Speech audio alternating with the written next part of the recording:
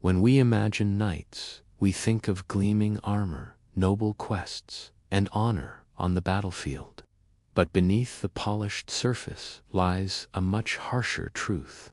Life as a knight was grueling, expensive, and often deadly, not the romantic fairy tale we've come to believe. From the moment a child was old enough to hold a wooden sword or watch the pageantry of a procession, the promise of knighthood began weaving itself into his imagination, an irresistible mixture of color, ritual, and ambition that defined noble society in the Middle Ages.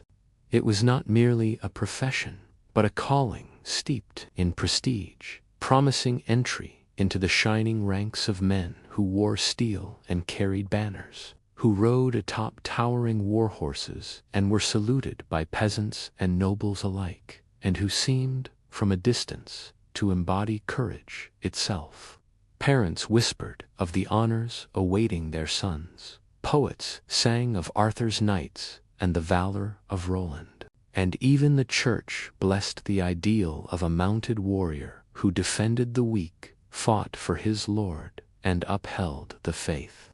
To be a knight was to imagine oneself at the center of a living legend, celebrated at tournaments where lances splintered in friendly combat, feasts where lords and ladies raised goblets in admiration, and in the stories that echoed around fire-lit halls when minstrels sang of battles won and foes conquered.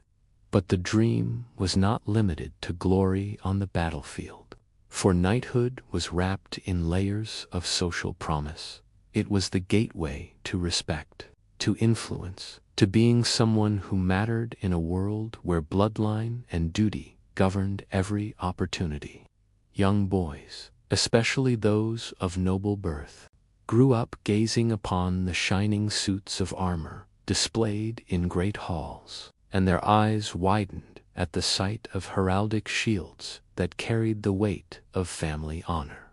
And they began to see knighthood not just as service to their lord, but as the ultimate fulfillment of their own lives, a transformation from mere child into a figure whose name might endure in chronicles. Even peasants, gazing at a mounted knight passing through muddy villages, sometimes envied the image of strength and power, mistaking it for comfort and ease. For how could anyone clad in such magnificence possibly live in hardship? The stories they heard made knighthood seem like a ladder to greatness, each rung pulling the aspirant closer to a dream of shining tournaments, applause, noble marriages, and the blessings of both church and crown. And in those long hours of play, where boys clashed with sticks as if they were swords, or chased each other pretending to joust upon imaginary steeds, the seed of aspiration grew deep, a vision of a life defined by honor and grandeur, so convincing that few stopped to question the darker realities hidden behind the polished armor. The myth of knighthood endured because it was useful, for lords needed loyal warriors, priests needed defenders of Christendom, poets needed heroes to immortalize, and young boys, hungry for meaning and identity, needed a dream to chase. Knighthood promised all of this, and to a child's eyes it seemed flawless, a destiny worth every sacrifice. If you're curious about the realities behind the myths where hardship, duty, and survival were daily battles, stay with me. Together, we'll peel back the shining surface of knighthood and uncover what life was really like in the Middle Ages. For most boys of noble birth in the Middle Ages, the path toward knighthood began not in the comfort of their family estates, but in the cold unfamiliarity of another lord's household for around the age of 7, when modern children might just be learning to read or play games without care. These boys were often sent away from home to begin the first phase of training as a page, a stage marked by discipline, service, and the slow unshaping of childhood softness into the harder edges of duty. The parting itself was emotional, a mother's tears and a father's solemn blessing, yet it was considered necessary, for knighthood was not only about learning to wield a sword, but about being molded by a different authority, away from the comforts of kin. Once at the castle of a greater noble, the boy's world transformed drastically, with vast stone halls replacing the warmth of home, and every task designed to remind him of his lower status, despite his noble blood. For a page was first and foremost a servant, attending to the needs of lords and ladies, fetching food, carrying messages, assisting at table during feasts, and learning the intricate rituals of etiquette that governed medieval society. At the same time, he was introduced to the physical training that would define much of his life, running errands up and down drafty staircases, tending to horses in the stables, and practicing with wooden swords that seemed impossibly heavy in small hands, each day a mixture of drudgery and aspiration. For every menial task was said to be preparation for greatness. Discipline was strict, with mistakes punished swiftly, and respect for authority drilled into the child until obedience became instinct. While evenings might be spent listening to tales of heroic knights sung by minstrels fueling dreams, even as the daily reality felt more like endless labor, education was not neglected, for many pages were also taught to read, write, and learn basic Latin prayers, as well as arithmetic needed to manage estates, and they studied heraldry, music, and dance skills, intended to shape them into refined members of noble society. Yet beneath these cultural lessons was a harder truth that from the tender age of 7, a boy was being conditioned to live a life of service before he could ever hope to command. A childhood reshaped by duty and discipline, with rare moments of play overshadowed by the constant pressure to live up to expectations. And though some boys flourished under the rigor, others crumbled, their failures quietly buried in the silence of forgotten names. For those who endured, however, the years of pagehood carved resilience into their bones, preparing them for the next stage of their journey, one that would demand even more of their bodies and their spirits, the daunting transformation into squires, and eventually, if fortune allowed, into knights themselves. Life as a page was not the romanticized training montage of modern imagination, but a relentless cycle of duties, chores, and lessons that tested both patience and endurance. For the young boys who entered the service of a noble household soon discovered that tending to horses meant more than admiring their strength. It meant mucking out stalls before dawn, carrying heavy buckets of water, brushing down muddy coats, and learning the delicate care of leather saddles and bridles. For, in a knight's life, the horse was almost as valuable as the man himself, and no boy could hope to advance without mastering equestrian service. Beyond the stables lay the formal halls, where the page's role shifted to one of silent observation and meticulous obedience, standing ready to fetch food, refill goblets, or deliver messages, all the while learning the intricate codes of behavior that governed noble society, such as bowing at the right moment, speaking only when addressed, and showing courtesy to ladies of the court. This etiquette was drilled as firmly as swordplay, for a knight was expected to embody refinement as much as ferocity, and a boy who stumbled at table might be scolded as harshly as one who failed in practice drills. Yet combat training was never far from their daily lives, beginning with wooden swords and shields almost as large as the boys themselves. endless sparring sessions that bruised arms and tired muscles, until even the smallest child learned the proper stance of defense and the sharp sting of a blow. Instructors demanded repetition, cut, parry, thrust until the actions became second nature. And alongside this practice came lessons in archery, throwing spears, and riding, all of which required balance, stamina, and discipline far beyond what most 7- or 8-year-olds might endure. Even music and dancing were part of training, for a page had to move gracefully in court, strumming the lute or stepping through patterns of medieval dances, activities that built poise and coordination, while reinforcing the page's role as a servant of culture as well as of war. The hours were long, beginning before dawn with chores in the stables or kitchens, flowing into lessons of etiquette, literacy, and heraldry, then physical drills until exhaustion set in, and ending late at night when duties of service were finally done, leaving little time for the play that children naturally craved, though there were moments of camaraderie.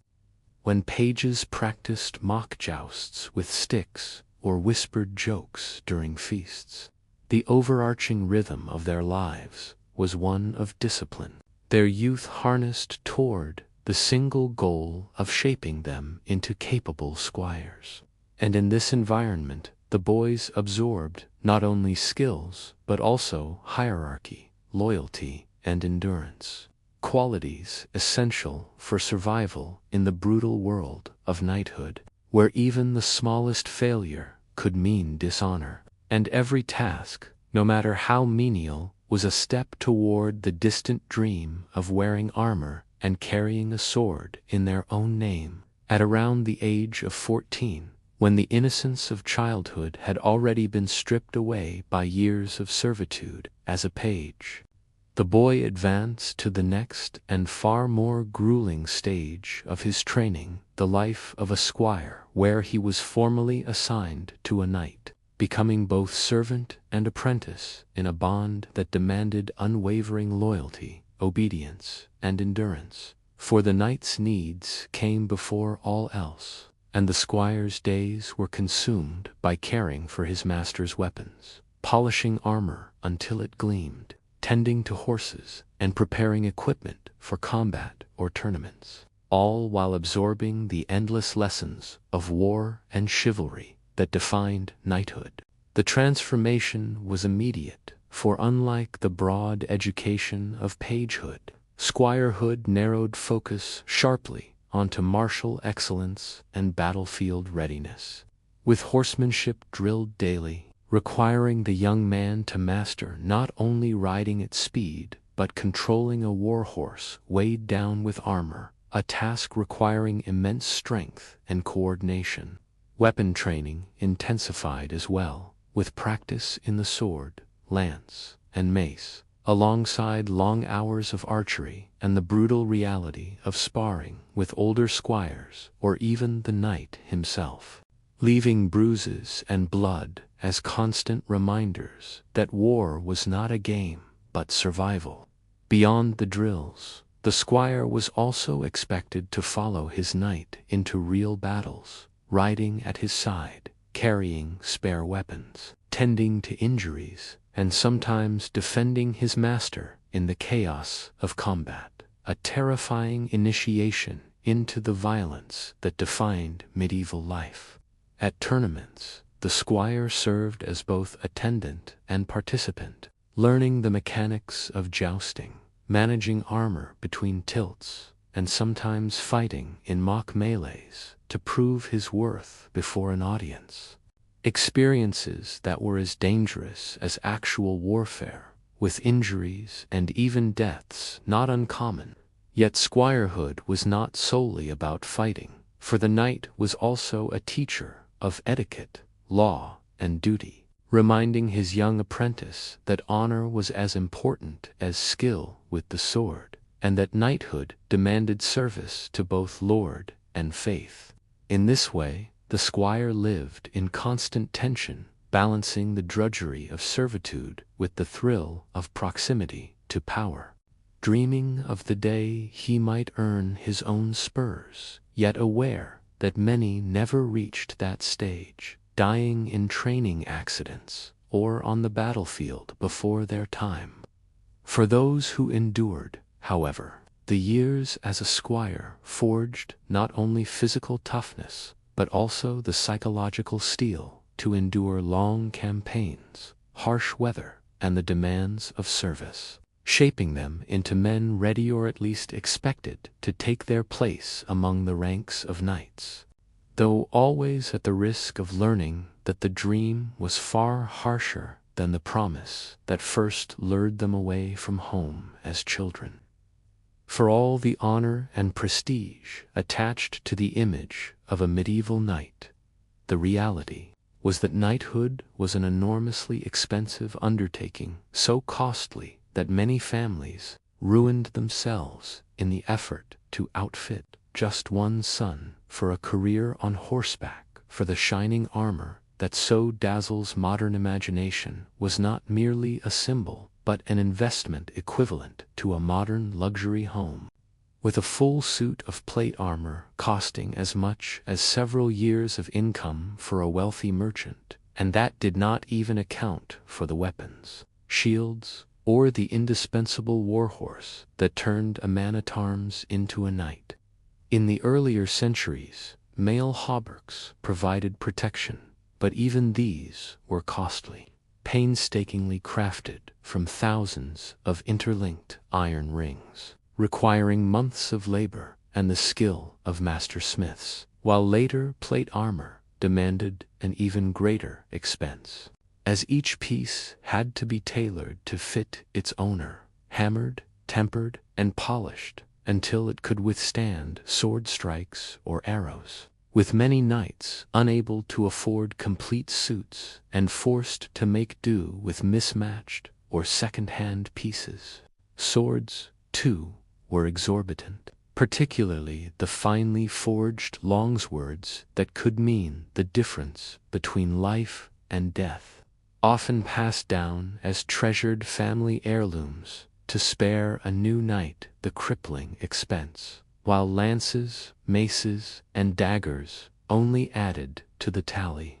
And then there was the horse, the most vital and most costly possession of all. For a true destrier bred for war was worth more than many peasants' entire villages, strong, disciplined, and trained to charge fearlessly into battle. And it had to be fed, stabled, and outfitted with armor of its own,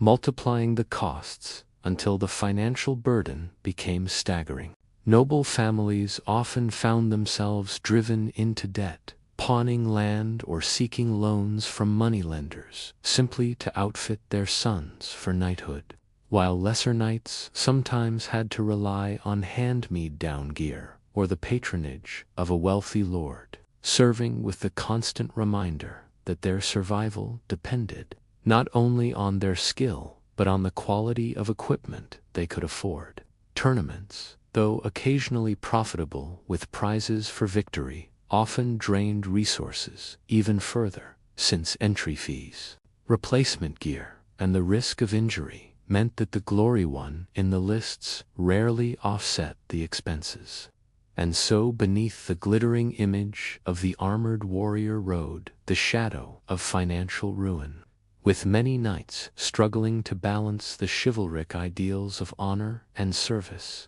against the hard reality of debts that could cripple their households. A stark reminder that knighthood was never just a matter of valor, but also of wealth, privilege, and the crushing economic demands that too often broke the families who dreamed of it, while the cost of armor, weapons, and horses already placed crushing demands on a knight's purse. The burdens of nobility extended far beyond the battlefield, for society expected knights to maintain appearances befitting their station, and this meant lavish feasts, costly clothing, and generous hospitality that drained resources with relentless persistence, creating a life where one was constantly performing wealth, even when the coffers ran dry. A knight who failed to uphold the image of prosperity risked not only personal embarrassment, but also the loss of honor, reputation, and the valuable alliances that secured his position in the feudal order. And so households often stretched themselves thin to host banquets filled with roasted meats, spiced wines, and elaborate entertainments, each gathering meant to reinforce status and loyalty among peers and vassals. Yet every feast devoured coin and provisions that might otherwise have sustained the estate for months. Clothing, too, was a visible marker of rank, with knights and their families expected to appear in fine fabrics such as silk, velvet, or brightly dyed wool. Garments embroidered with heraldic symbols and tailored with expensive dyes imported from distant lands, all of which cost more than most commoners could hope to earn in years. And yet it was considered disgraceful for a knight to present himself in worn or plain attire, as if shabby clothing might reflect weakness on the battlefield as well.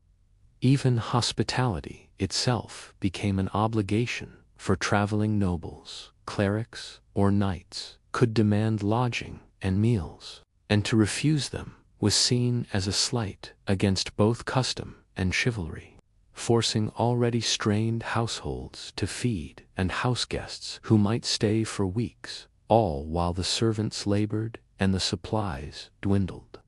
Tournaments, too, were as much about spectacle as skill, with knights needing banners, richly dressed squires, and decorative armor to impress audiences and patrons. And while victory could bring glory, defeat was not only humiliating but financially catastrophic if ransom or wagers were involved.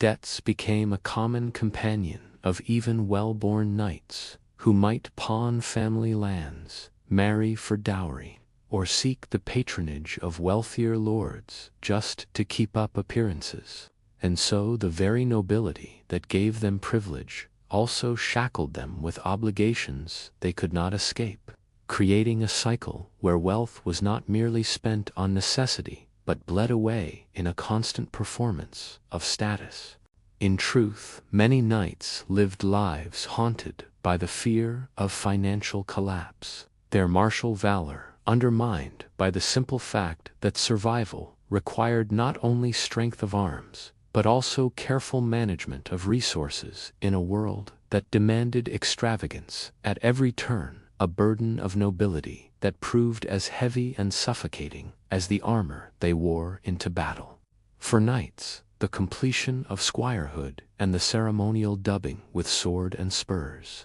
did not mark the end of their grueling preparation, but only the beginning of a lifetime of training. For knighthood was less a reward than an ongoing obligation to remain perpetually ready for battle, and this meant endless cycles of sparring, jousting, and physical conditioning that consumed their days and left their bodies battered but honed. War in the Middle Ages was unforgiving,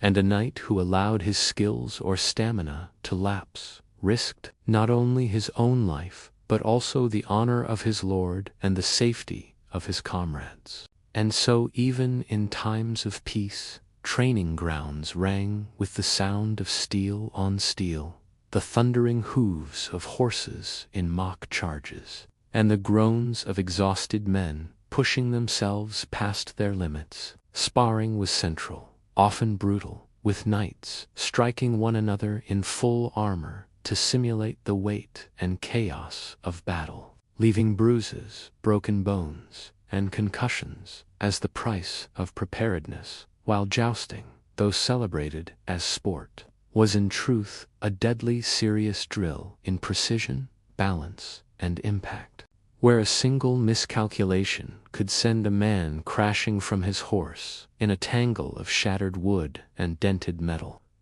Archery practice, spear throwing, and dagger combat rounded out the repertoire, ensuring knights were versatile in both mounted and hand-to-hand fighting, while the relentless physical conditioning demanded long hours of running, wrestling, and lifting to build the endurance required to fight for hours beneath armor that weighed as much as 50 to 60 pounds. Yet training extended beyond physical combat, for knights studied strategy, heraldry, and the laws of war, rehearsing formations, signals, and tactical maneuvers that could turn the tide of a campaign, while also sharpening their horsemanship to control mounts with knees alone, leaving hands free for lance or sword.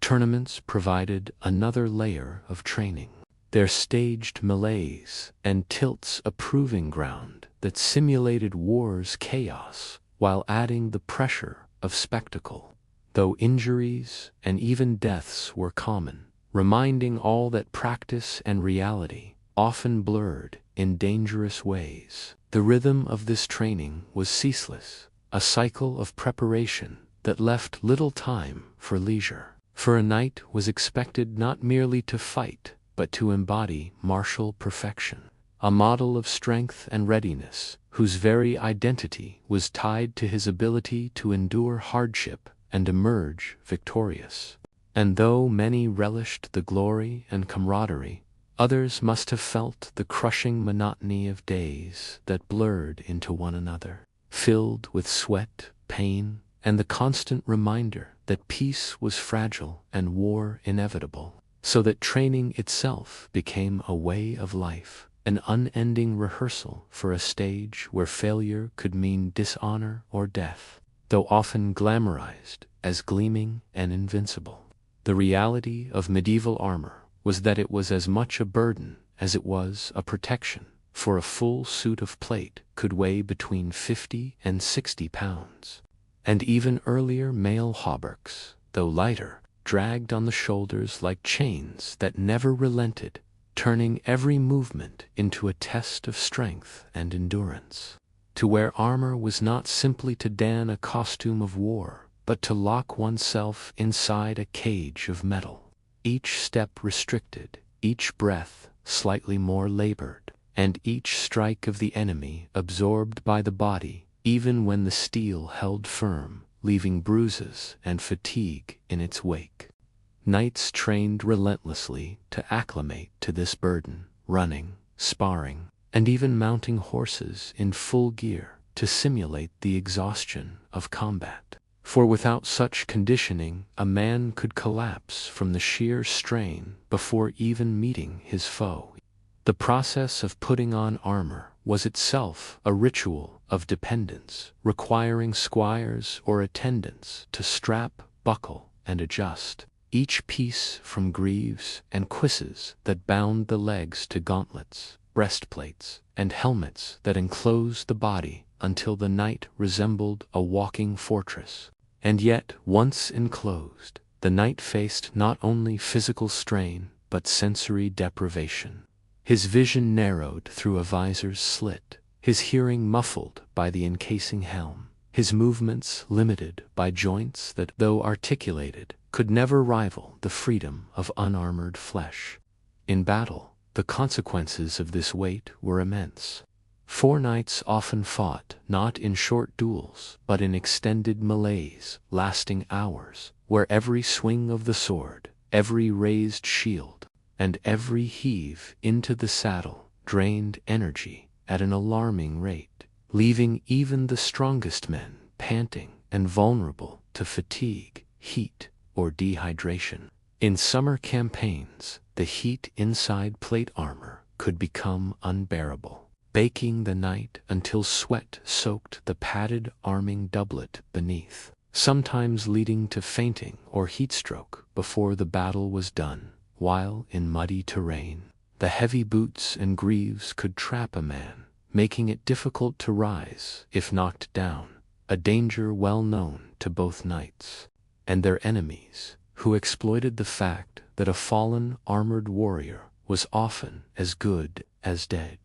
Tournaments, though staged, revealed the same risks, with lances shattering on breastplates, and contestants staggering beneath the strain. Proof that the burden of armor was no small obstacle, even in controlled environments. And yet, despite its hardships, knights endured the weight because the alternative facing swords, arrows, and lances without it was far worse. And so armor became both their greatest shield and their heaviest curse. A reminder that the legendary image of the knight as graceful and unstoppable was forged not in comfort but in the grinding reality of muscle, sweat, and willpower strained to their limits beneath 60 pounds of unforgiving steel. For all the tournaments, training, and stories that painted warfare as a stage for glory, the brutal truth of battle for the medieval knight was chaos, blood,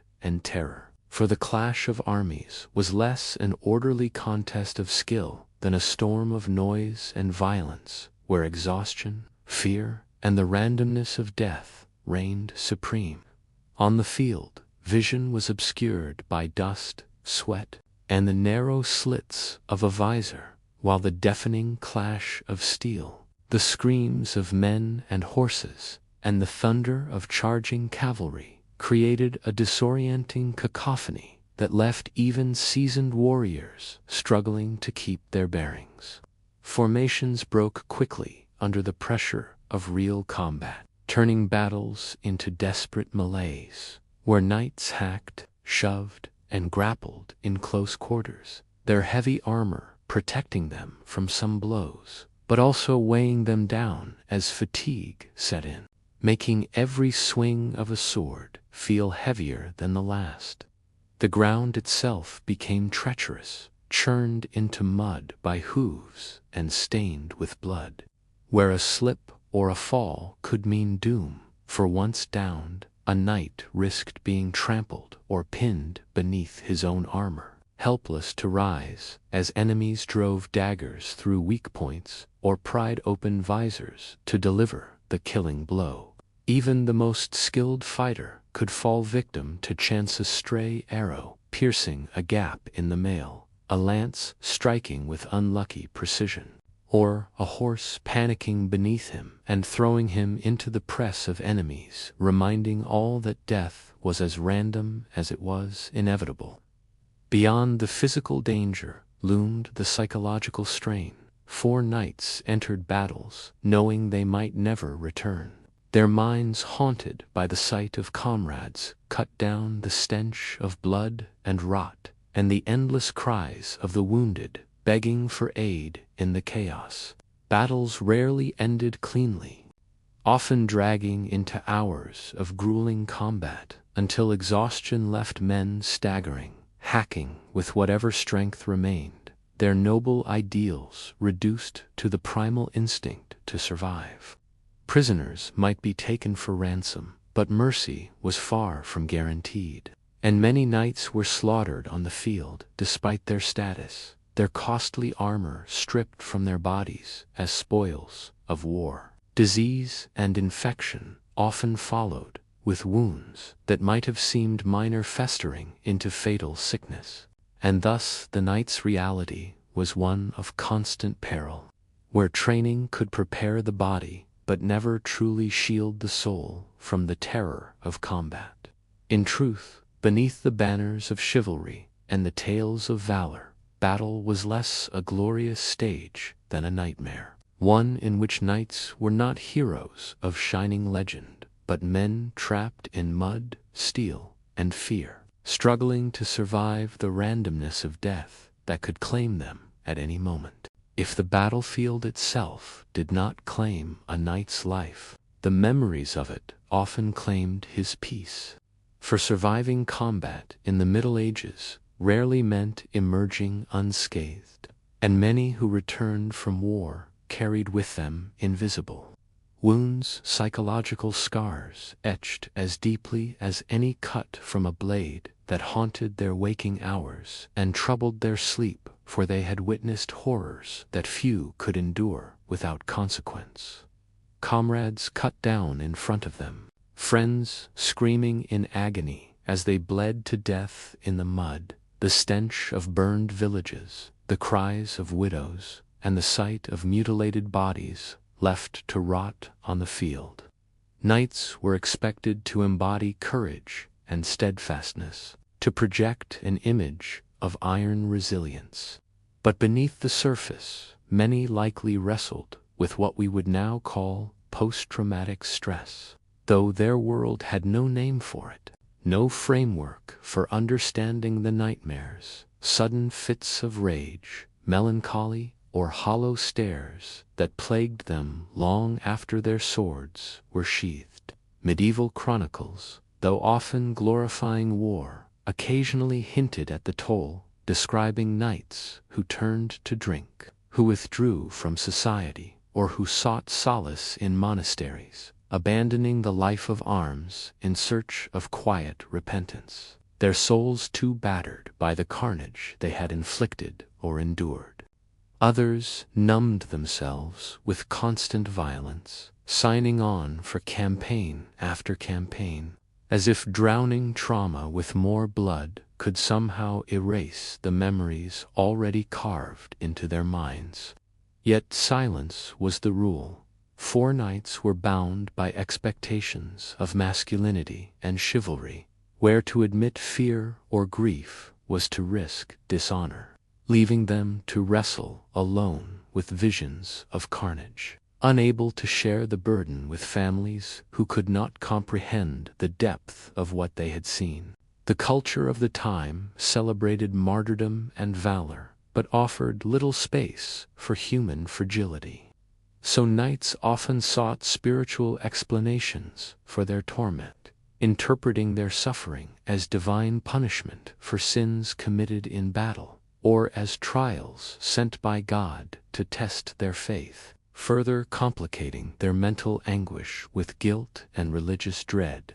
In truth, the trauma of war was one of the greatest unspoken burdens of knighthood, stripping the sheen from the romantic ideals and exposing the reality that beneath the armor and ceremony were men who bled, feared, and remembered, carrying wounds that never fully healed. And though their legends live on in stories of bravery, the ghosts of what they endured lingered long after the battles ended, shadows that followed them to their graves. The code of chivalry, immortalized in poems and chronicles, painted knights as paragons of virtues worn to protect the weak, to honor women, to show mercy to the vanquished, and to live by truth and faithfully. The stark reality of their lives often diverged dramatically from this gilded ideal. For though the code was recited in courts, celebrated in song, and taught to young squires as a guiding star, in practice it was frequently ignored when power, wealth, or survival were at stake.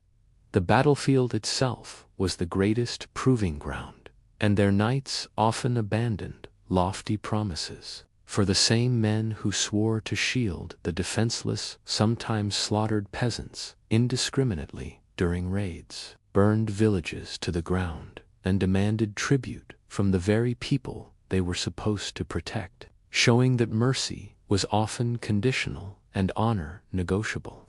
Ransom, too, became a twisted mockery of virtue. For though the code encouraged sparing noble captives, it was less about mercy and more about profit, with wealthy prisoners treated like bargaining chips while common soldiers were cut down without a second thought, their lives deemed worthless in the cold economy of war.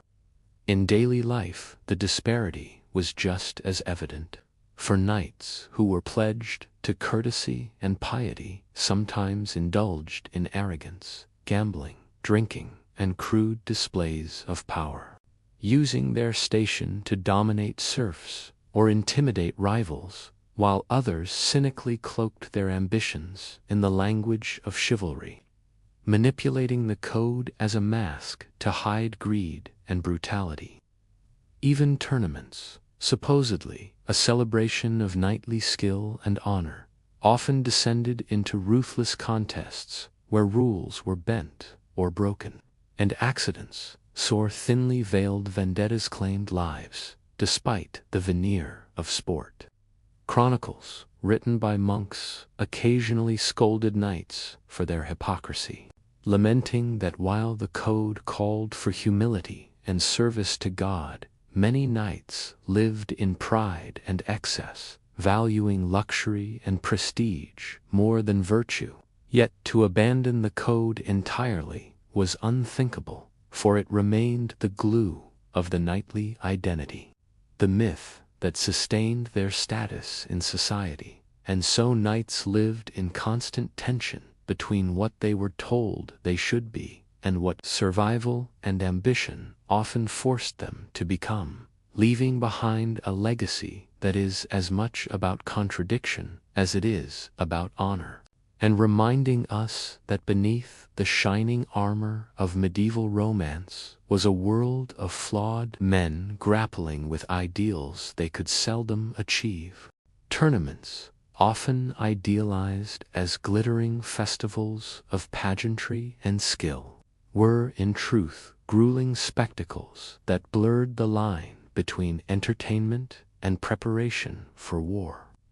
For while nobles and commoners alike flocked to witness the excitement of jousts, melees, and mounted displays of martial prowess, the knights who participated faced danger as real as any battlefield, donning armor that weighed heavily upon their shoulders and mounting horses that were as much targets as weapons, riding into contests where honor and reputation were on the line, but where bones could break, skulls could fracture, and death was never far away. The joust, the most iconic of all knightly competitions, was not simply about galloping down a list field with a lance, but about balancing speed, precision, and timing, for a successful strike could unhorse an opponent spectacularly to the crowd's delight. Yet a poorly aimed blow could splinter wood into deadly shards or crush a man beneath his own armor. And though rules and heralds presided over the events, enforcement was lax, with grudges often carried into the lists and rivals seizing the chance to humiliate or even injure one another under the guise of sport. The melee, a chaotic free-for-all where teams of knights clashed in open fields, was even less restrained, resembling actual combat with groups charging, colliding, and grappling for victory. And while spectators saw colorful banners, polished helms, and the thunder of hooves as thrilling entertainment, those within the fray endured bruises, cuts, and exhaustion, with some paying with their lives, despite the notion that tournaments were safer than true war. Yet tournaments were not only brutal contests, but also carefully staged social occasions, opportunities for lords to display wealth and generosity, for ladies to bestow favors upon their champions, and for ambitious young knights to catch the eye of patrons, with victory bringing prestige, lucrative patronage, and sometimes marriage prospects, while failure or cowardice could ruin a man's standing for years. Merchants and craftsmen thrived on the events too, selling food, banners, trinkets, and repairing battered armor, turning the spectacle into an economic boon for towns that hosted them. But behind the bright colors and booming horns lurked the undeniable truth that tournaments were also a rehearsal for war, a means of hardening knights' bodies and sharpening their skills in an environment that was only marginally less deadly than a battlefield. And so when chroniclers describe these grand events with admiration, noting the splendor of the feasts, the glory of the combat, and the cheers of the crowd, they often omit the broken jaws, shattered ribs, and quiet funerals that accompanied them, leaving us to remember tournaments not merely as romantic pageants of chivalry, but as brutal, dangerous crucibles where the harsh demands of knighthood were revealed in all their peril and paradox. The life of a knight was inseparable from pain. For while the glint of armor and clash of lances painted a picture of strength and valor, the reality was that injuries were not occasional mishaps, but constant companions, ranging from bruises and sprains to shattered bones, deep cuts, and concussions that left men dazed or permanently impaired. And because tournaments and battles alike involved heavy blows delivered by steel weapons and the crushing force of horses colliding at speed, even the best protected knight might find himself struck unconscious or trapped beneath his mount, ribs cracked and lungs struggling for air, while those less fortunate faced injuries that medieval medicine could barely comprehend, let alone cure. Doctors, often little more than barber surgeons, relied on limited knowledge of anatomy, crude tools, and practices rooted in humoral theory, prescribing bleeding, purging, or the application of herbal poultices whose effectiveness varied wildly, while broken limbs were set with splints that might heal crooked, leaving knights with lifelong limps, and concussions so common from the impact of lances on helms were brushed aside as headaches or fainting spells, forcing men back into combat long before their brains had healed, with many suffering what we would recognize today as chronic traumatic injuries, mood changes, or even sudden death from repeated blows. Infection was perhaps the greatest danger, for wounds inflicted by steel and splinters were rarely clean, and without antiseptics or antibiotics, even a relatively minor gash could fester, blacken, and spread fever through the body, leading to amputations or death.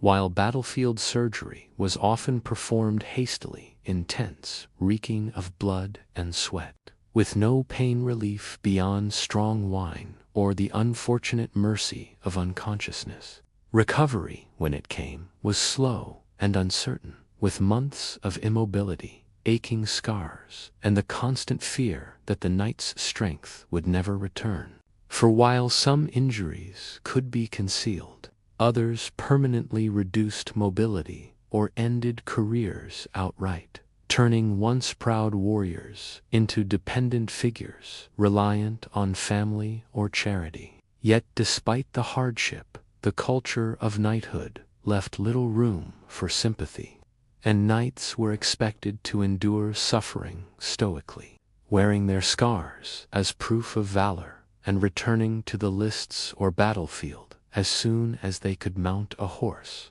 often before their bodies were ready, which only deepened the toll. For every knight celebrated in song for his endurance, there were countless others who faded into obscurity, crippled, impoverished, or broken in spirit, reminding us that behind the spectacle of martial glory lay an endless cycle of injury and imperfect recovery that no amount of chivalric rhetoric could mask. While the image of the medieval knight often conjures strength, discipline, and resilience, the truth was that even the most hardened warrior lived under the constant shadow of disease and poor health. For beyond the broken bones and wounds sustained in combat lay a host of invisible enemies that armor could not block and swords could not cut.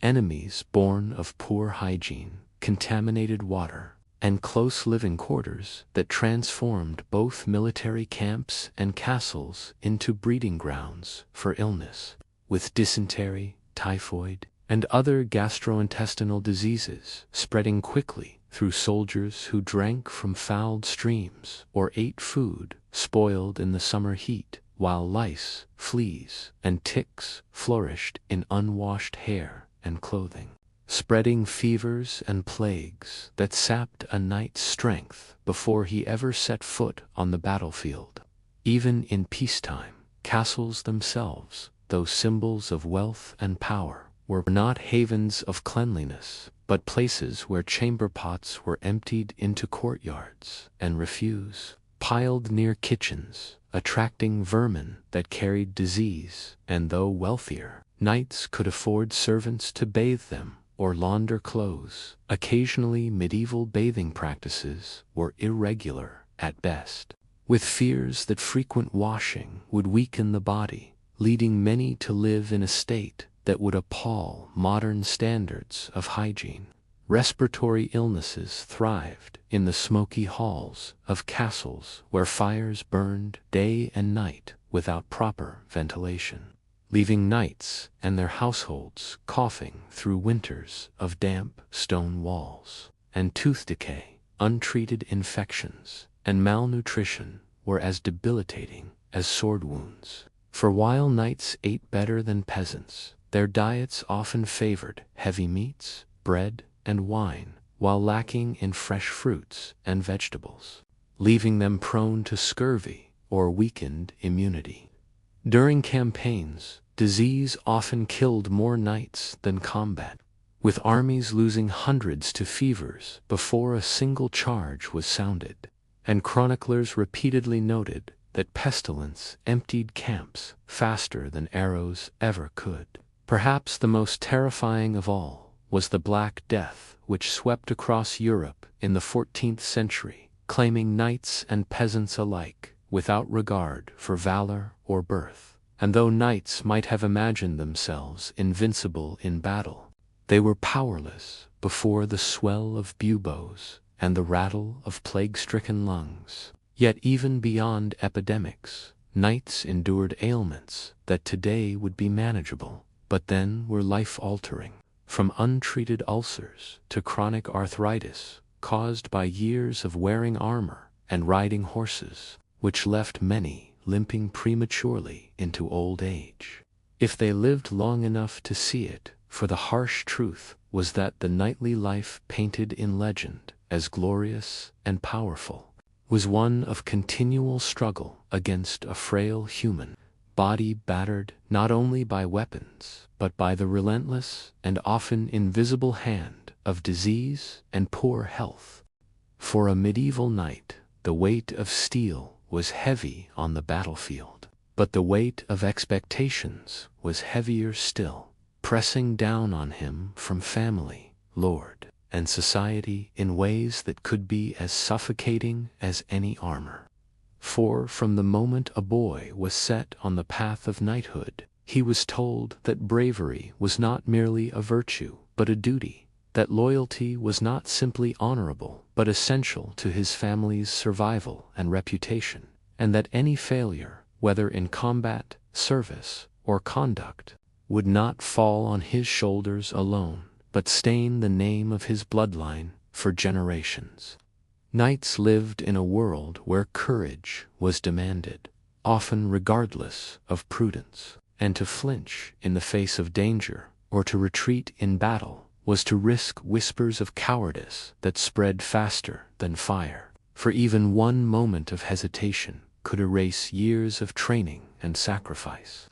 reducing a man from admired warrior to disgraced outcast. Loyalty, too, was a chain that bound knights tightly to their lords, for feudal bonds required service in war, the protection of lands, and obedience to commands, no matter how dangerous, exhausting, or morally questionable. And to betray that trust, or even to seem hesitant, was to risk losing land, wealth, and the fragile honor on which a knight's standing rested. Families, who often bankrupted themselves to outfit a son with armor and horses, watched closely and anxiously for his performance. For a knight who failed to bring prestige, ransom wealth, or victories back home was a son who had squandered not only his own future but theirs. And so every charge, duel, and campaign carried with it not only the risk of physical death but of social annihilation.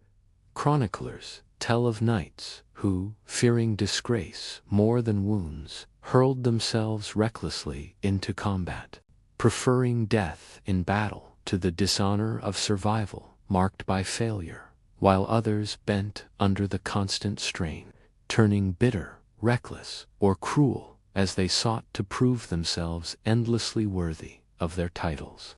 Tournaments and courtly life, too, were stages of judgment, where faltering in a joust or failing to show proper deference could be as damaging as losing in war. For chivalry was as much a performance as a code, and society was always watching, always measuring. In such a world, bravery was less a noble choice than a compulsory mask, loyalty less a heartfelt vow than a chain of obligation, and the knight, though outwardly strong, often carried within him the crushing anxiety that one slip, one failure, one crack in the facade would bring ruin not only upon himself, but upon all who bore his name, making the weight of expectations perhaps the most exhausting burden of all. For knights of the Middle Ages, faith was as essential to their identity as the sword they carried, for they were expected to be paragons of Christian devotion, kneeling before altars, attending Mass, and swearing oaths to defend the Church. Yet their profession, the business of war, raiding and killing, was in constant tension with the teachings of Christ, who preached mercy, humility, and turning the other cheek, a contradiction that knights and clerics alike wrestled with for centuries. The Church, realizing that it could not suppress the warrior class, instead sought to shape it, sanctifying violence through ideas like the peace of God and the truths of God, which attempted to regulate when and against whom knights could wage war. But in practice, these decrees were unevenly enforced, and knights continued to ravage villages, loot churches, and slaughter foes when it suited their lord's ambitions. To ease this dissonance, clerics framed the knight's duty as one of sacred protection, urging them to defend pilgrims, widows, and the poor. Yet, in reality, knights were often the very predators from whom peasants needed protecting, collecting harsh taxes and enforcing their lord's authority with steel, while simultaneously presenting themselves at church as humble servants of God. The Crusades epitomized this uneasy marriage of faith and violence, with knights told they were absolved of sins if they took the cross and fought in the Holy Land, transforming killing into a form of penance. And while this gave meaning and religious justification to endless wars, it also blurred morality, turning slaughter into sanctified duty. Even in everyday life, the tension was visible, as knights confessed their sins to priests only to return the next day to bloody skirmishes, as though absolution was a revolving door through which their profession constantly passed. And troubadours and chroniclers reinforced this duality, celebrating knights both as holy warriors and ruthless fighters, glossing over the hypocrisy while elevating the myth. Privately, some knights struggled with guilt, commissioning chapels or funding monasteries as acts of atonement for lives soaked in blood, while others seemed unfazed, embodying the paradox of a culture that glorified both the cross and the sword. The contradiction, however, never truly disappeared, for to be a knight meant to embody an ideal that was impossible to reconcile fully. A man sworn to mercy, yet practiced in violence, pledged to humility, yet wrapped in the trappings of pride, caught between sermons that demanded peace and a profession that thrived on war, leaving us to see in them not spotless saints of steel, but deeply conflicted men who bore in their souls the unresolvable clash of faith and contradiction. When we imagine the life of a knight, it is easy to picture only the heat of battle or the glamour of tournaments. Yet the truth is that those moments were rare flashes in a life otherwise dominated by routine, responsibility, and often suffocating boredom. For outside of war campaigns, knights were managers, administrators, and caretakers as much as warriors, overseeing estates granted by their lords, collecting rents from peasants, resolving disputes among tenants, and ensuring that crops were harvested and livestock maintained. All duties far removed from the heroic image sung by troubadours.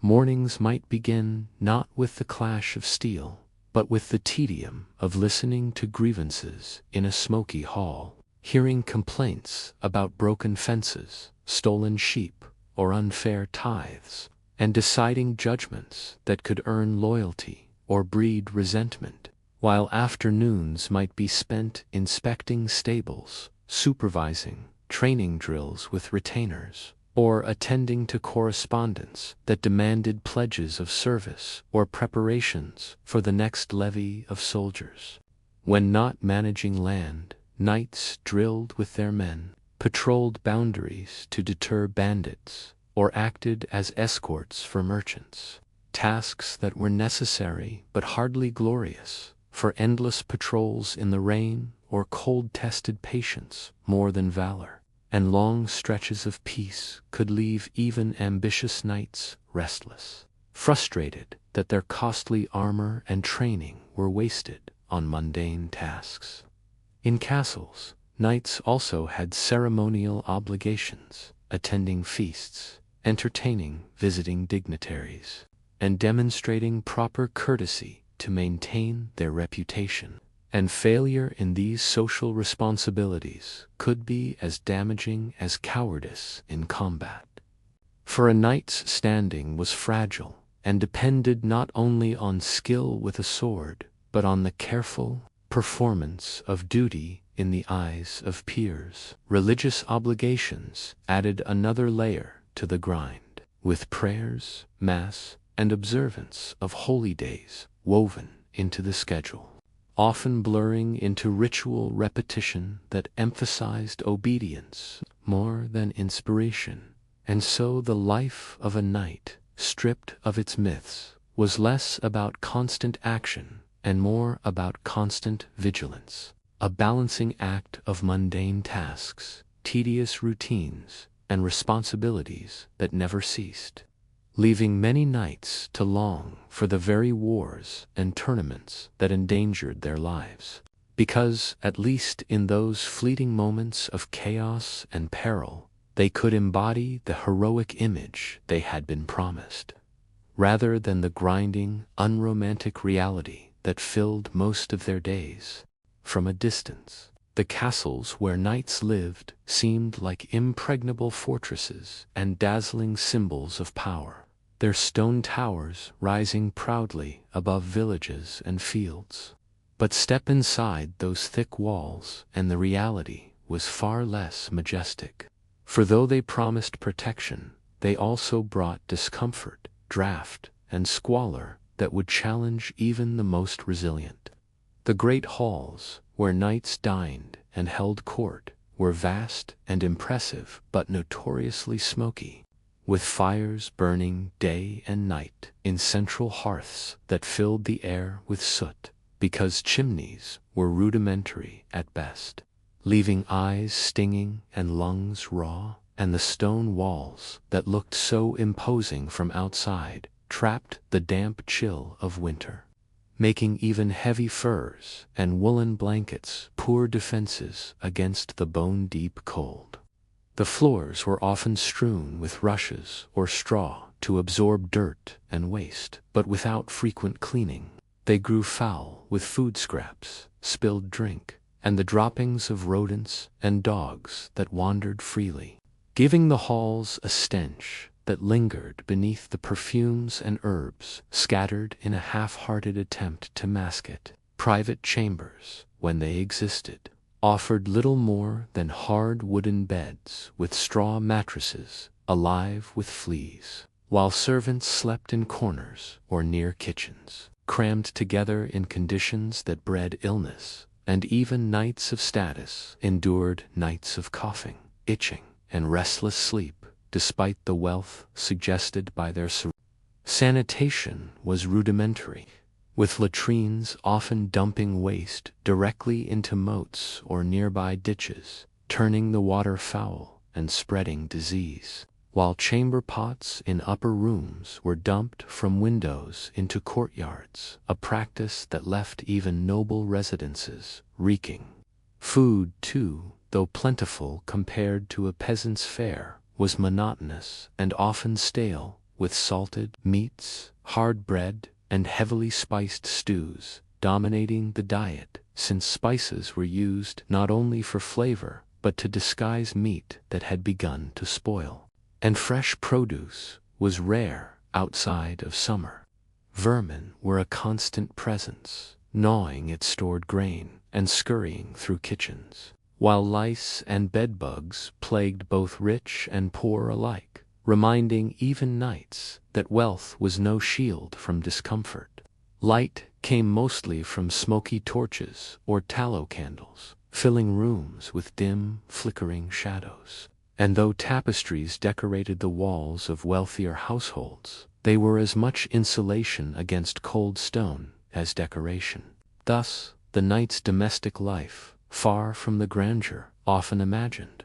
was a struggle against damp, dark, and dirty conditions, endured with the same stoicism expected on the battlefield. And while castles awed outsiders with their towering strength, those who lived within knew that their power came at the price of comfort, leaving the knight to dream of warmth and clean air even within the very fortresses that defined his status. From a distance, the castles where knights lived seemed like impregnable fortresses and dazzling symbols of power,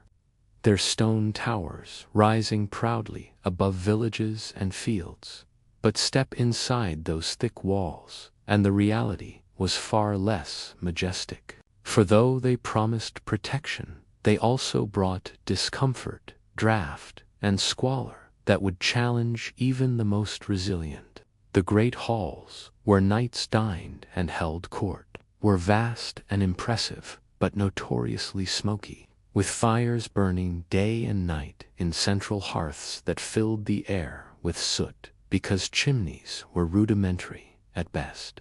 leaving eyes stinging and lungs raw, and the stone walls that looked so imposing from outside trapped the damp chill of winter, making even heavy furs and woolen blankets poor defenses against the bone-deep cold. The floors were often strewn with rushes or straw to absorb dirt and waste, but without frequent cleaning. They grew foul with food scraps, spilled drink, and the droppings of rodents and dogs that wandered freely, giving the halls a stench that lingered beneath the perfumes and herbs scattered in a half-hearted attempt to mask it. Private chambers, when they existed, offered little more than hard wooden beds with straw mattresses, alive with fleas, while servants slept in corners or near kitchens, crammed together in conditions that bred illness, and even knights of status endured nights of coughing, itching, and restless sleep, despite the wealth suggested by their surroundings. Sanitation was rudimentary, with latrines often dumping waste directly into moats or nearby ditches, turning the water foul and spreading disease, while chamber pots in upper rooms were dumped from windows into courtyards, a practice that left even noble residences reeking. Food, though plentiful compared to a peasant's fare, was monotonous and often stale, with salted meats, hard bread, and heavily spiced stews dominating the diet, since spices were used not only for flavor but to disguise meat that had begun to spoil, and fresh produce was rare outside of summer. Vermin were a constant presence, gnawing at stored grain and scurrying through kitchens, while lice and bedbugs plagued both rich and poor alike, reminding even knights that wealth was no shield from discomfort. Light came mostly from smoky torches or tallow candles, filling rooms with dim, flickering shadows. And though tapestries decorated the walls of wealthier households, they were as much insulation against cold stone as decoration. Thus, the knight's domestic life, far from the grandeur often imagined, was a struggle against damp, dark, and dirty conditions, endured with the same stoicism expected on the battlefield. And while castles awed outsiders with their towering strength, those who lived within knew that their power came at the price of comfort, leaving the knight to dream of warmth and clean air even within the very fortresses that defined his status.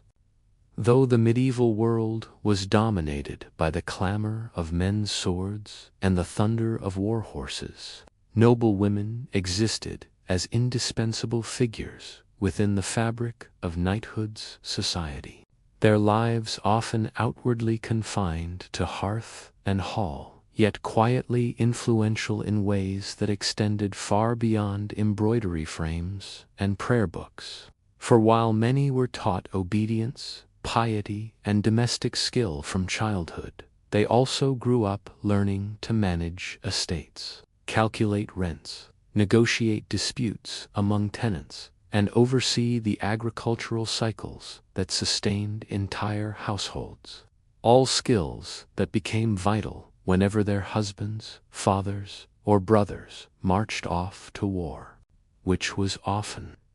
In such absences, noble women assumed the mantle of authority, issuing orders in their lord's name, directing castle garrisons, and in rare but recorded cases, even commanding defenses when sieges threatened their homes, proving themselves not passive ornaments but active stewards of power, even if society rarely gave them the recognition they deserved. A lady might not ride into battle clad in mail, yet she held sway over the purse strings that outfitted a knight, the alliances formed through marriage contracts, and the legacy shaped by the children she raised, teaching sons the values of honor and piety, and daughters the arts of diplomacy and endurance. Within the walls of the household, women's influence was subtle but immense, for they set the tone of hospitality, determined the rhythms of feast and fast, and were often more devoutly religious than their husbands, ensuring that chapels were well endowed and that prayers for family souls were never neglected, thus binding the household to the church in tangible and spiritual ways. Politically, noble women could be pawns, married off to seal alliances, but they could also become players in their own right, queens, duchesses, and countesses who shaped policy through counsel, persuasion, or sheer force of will. And chronicles of medieval Europe are scattered with examples of women who wielded soft yet undeniable power, influencing kings and lords from behind the veil of expected modesty.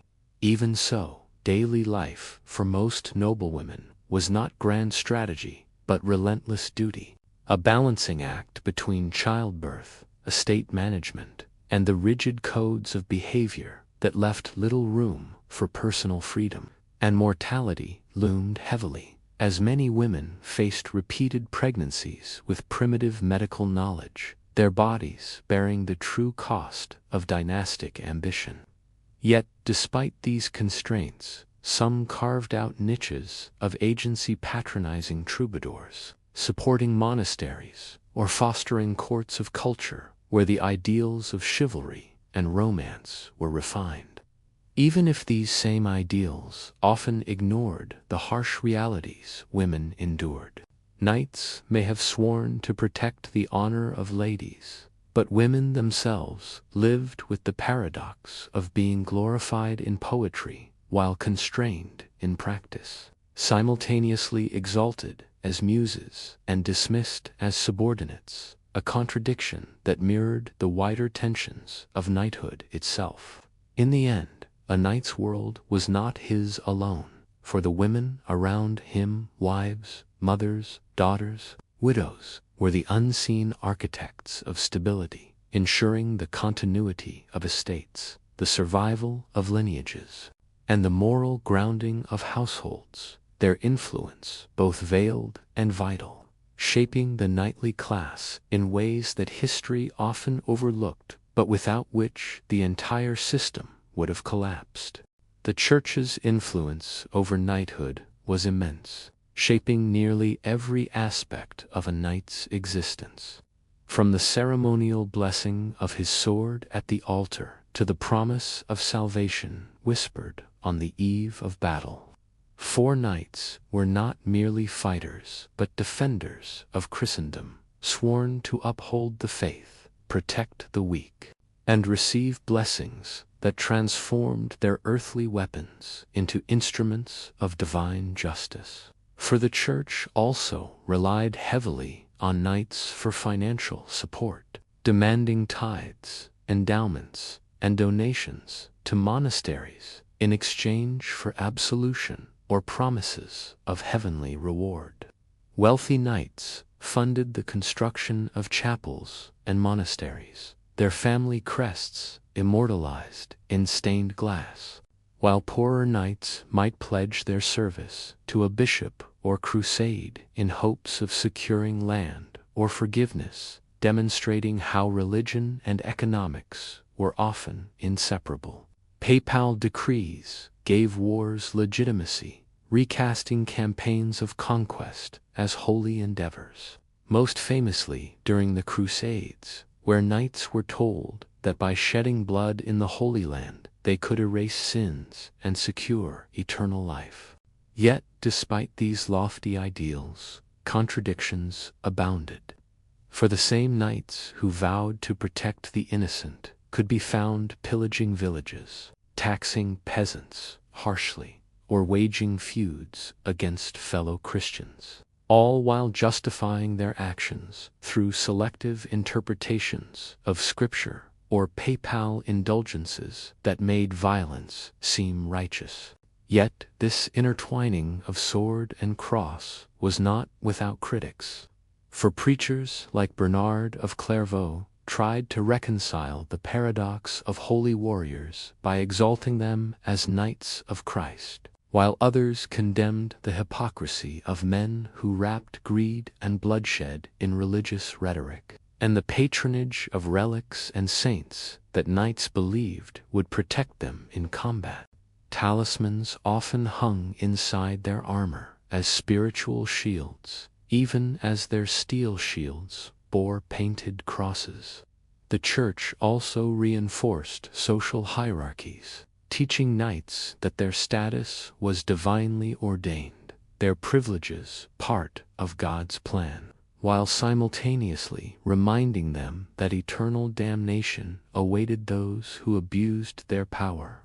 weaving together faith and violence in ways that defined an era, leaving behind a legacy of holy wars, sacred vows, and stained contradictions that revealed as much about the Church's ambitions as about a knight's soul. For knights of medieval Europe, the call to join the Crusades was both a thunderous summons from the pulpit and a tantalizing invitation to adventure. For the papacy's assurances that indulgences would wipe away past misdeeds created a unique bargain: violence transformed into virtue, conquest into piety, and thousands answered, trading familiar landscapes for the perilous unknown of deserts, mountains, and foreign cities. But the journey was brutal, lasting years and draining fortunes, with knights often forced to mortgage estates or sell heirlooms to fund the passage. While once abroad, they faced searing heat, scarcity of water, foreign diseases, and enemies who were as determined and skilled as they were, reminding them that their faith alone could not guarantee victory. The First Crusade had ended in triumph with the capture of Jerusalem in 1099, a moment hailed as divine proof of God's favor. But subsequent campaigns revealed the harsher truth that holy war brought endless bloodshed, betrayal, and shifting alliances. with knights sometimes fighting other Christians as much as Muslims, driven by greed as much as devotion, their actions leaving behind a trail of massacres and destruction that belied the noble rhetoric preached at home. Yet, for all its horrors, the Crusades were also a crucible where knightly culture was tested and transformed. 4 knights encountered advanced fortifications, sophisticated military tactics, and exotic good silks, spices, glasswork that reshaped European tastes, while exposure to Islamic scholarship filtered into Europe's intellectual life, even if most knights themselves sought little more than plunder or prestige. Some returned home broken, penniless, or haunted by memories of slaughter, while others returned as heroes, their reputations burnished by tales of daring sieges and perilous pilgrimages, and their families elevated by newfound wealth or political ties. Still, the terrible cost was undeniable, as countless men never returned, their bones left on foreign soil, their widows forced to manage estates alone, and their children growing up without fathers, while the church grew richer from donations and the promise of relics brought back from the East. In the end, the Crusades revealed the contradictions of knighthood in stark relief, showing how faith and ambition could be twisted, together creating warriors who were both pilgrims and conquerors, sinners and saints, their swords dripping with blood even as their lips whispered prayers, leaving behind a legacy that shaped Europe's identity for centuries, but also sowed seeds of bitterness and division that would outlast the very knights who first rode out with crosses sewn to their tunics, convinced they were marching toward glory, but often finding only exhaustion, grief, and the unforgiving truth that holy war was never as pure as promised. For a medieval knight, loyalty was never simple, for though oaths bound him to his immediate lord, that lord was himself bound to a greater noble, or even to the king, creating a tangled web of feudal obligations where duty often clashed with practicality, and knights found themselves torn between ideals of honor and the stark demands of survival. For one day, they might be called to defend their lord's lands against raiders, and the next they might be summoned to ride in the king's army for a campaign that offered little reward but demanded everything.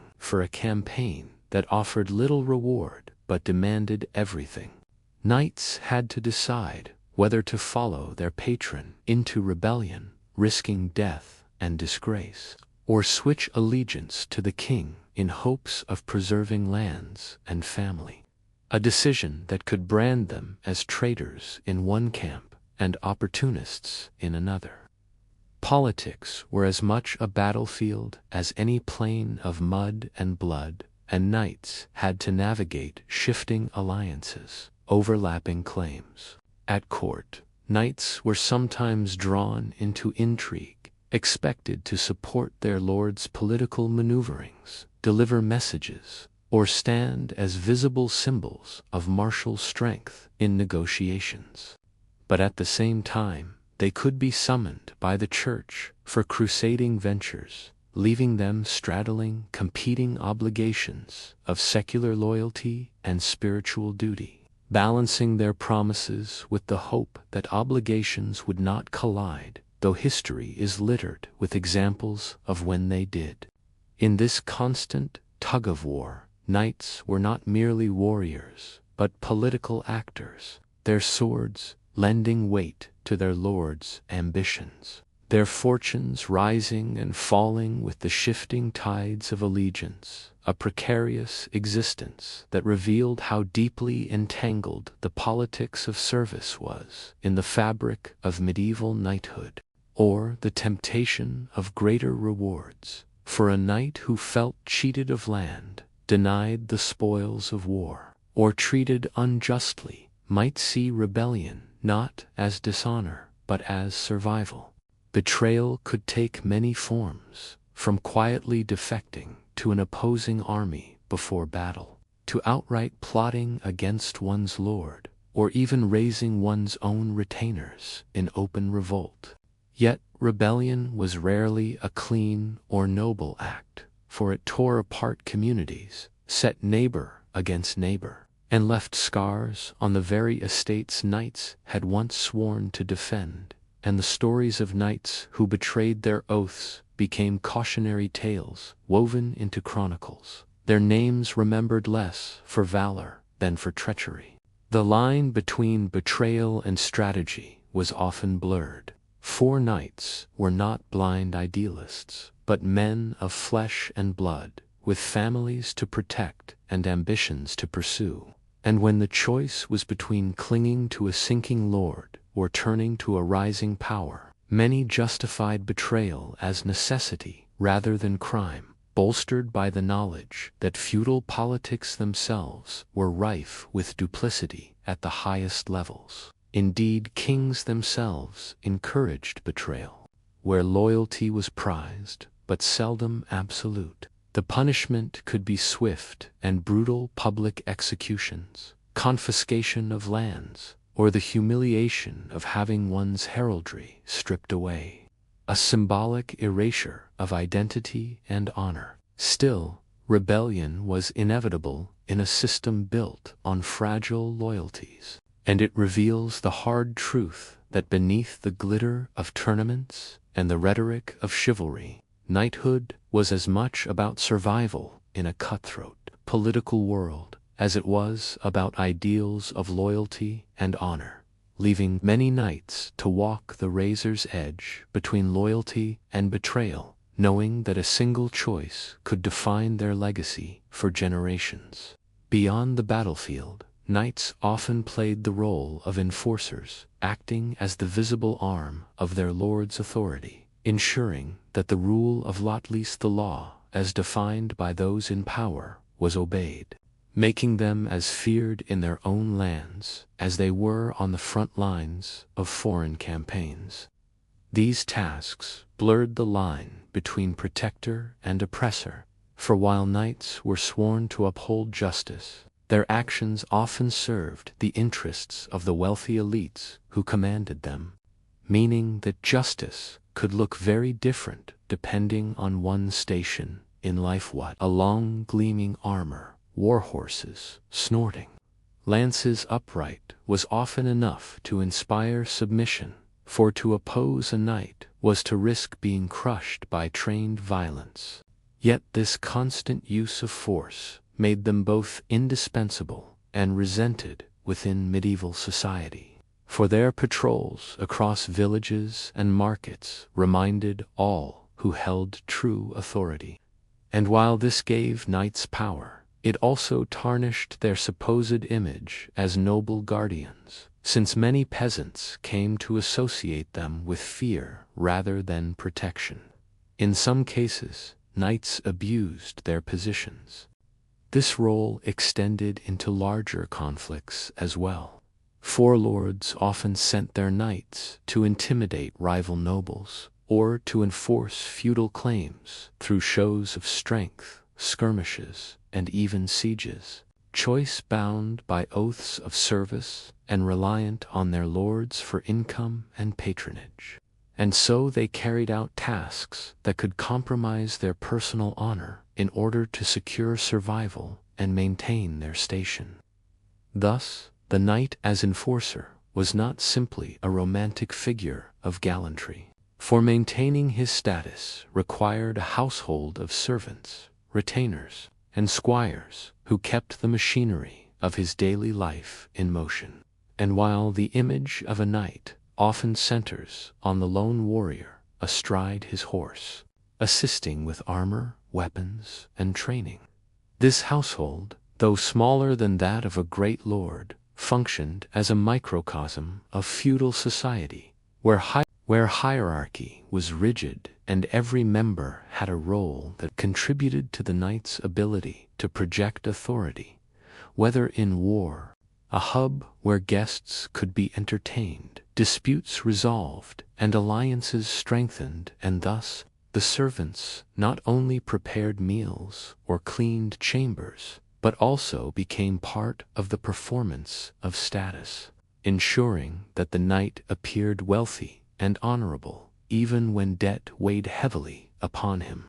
The squires, usually teenage boys of noble birth, occupied a unique position, living and learning within the household while carrying the burdens of assisting their master, offering security and forming the small core of a private military force that could be summoned to guard lands or ride with the knight into conflict, making the household not just domestic but martial in character. Running such an establishment was costly, requiring constant supplies of food, clothing, weaponry, and equipment, and much of the knight's income disappeared into the maintenance of this infrastructure, leaving little for luxuries. Yet the household was also a source of pride and power, for it symbolized the knight's role as lord within his own sphere, a figure who dispensed justice, oversaw production,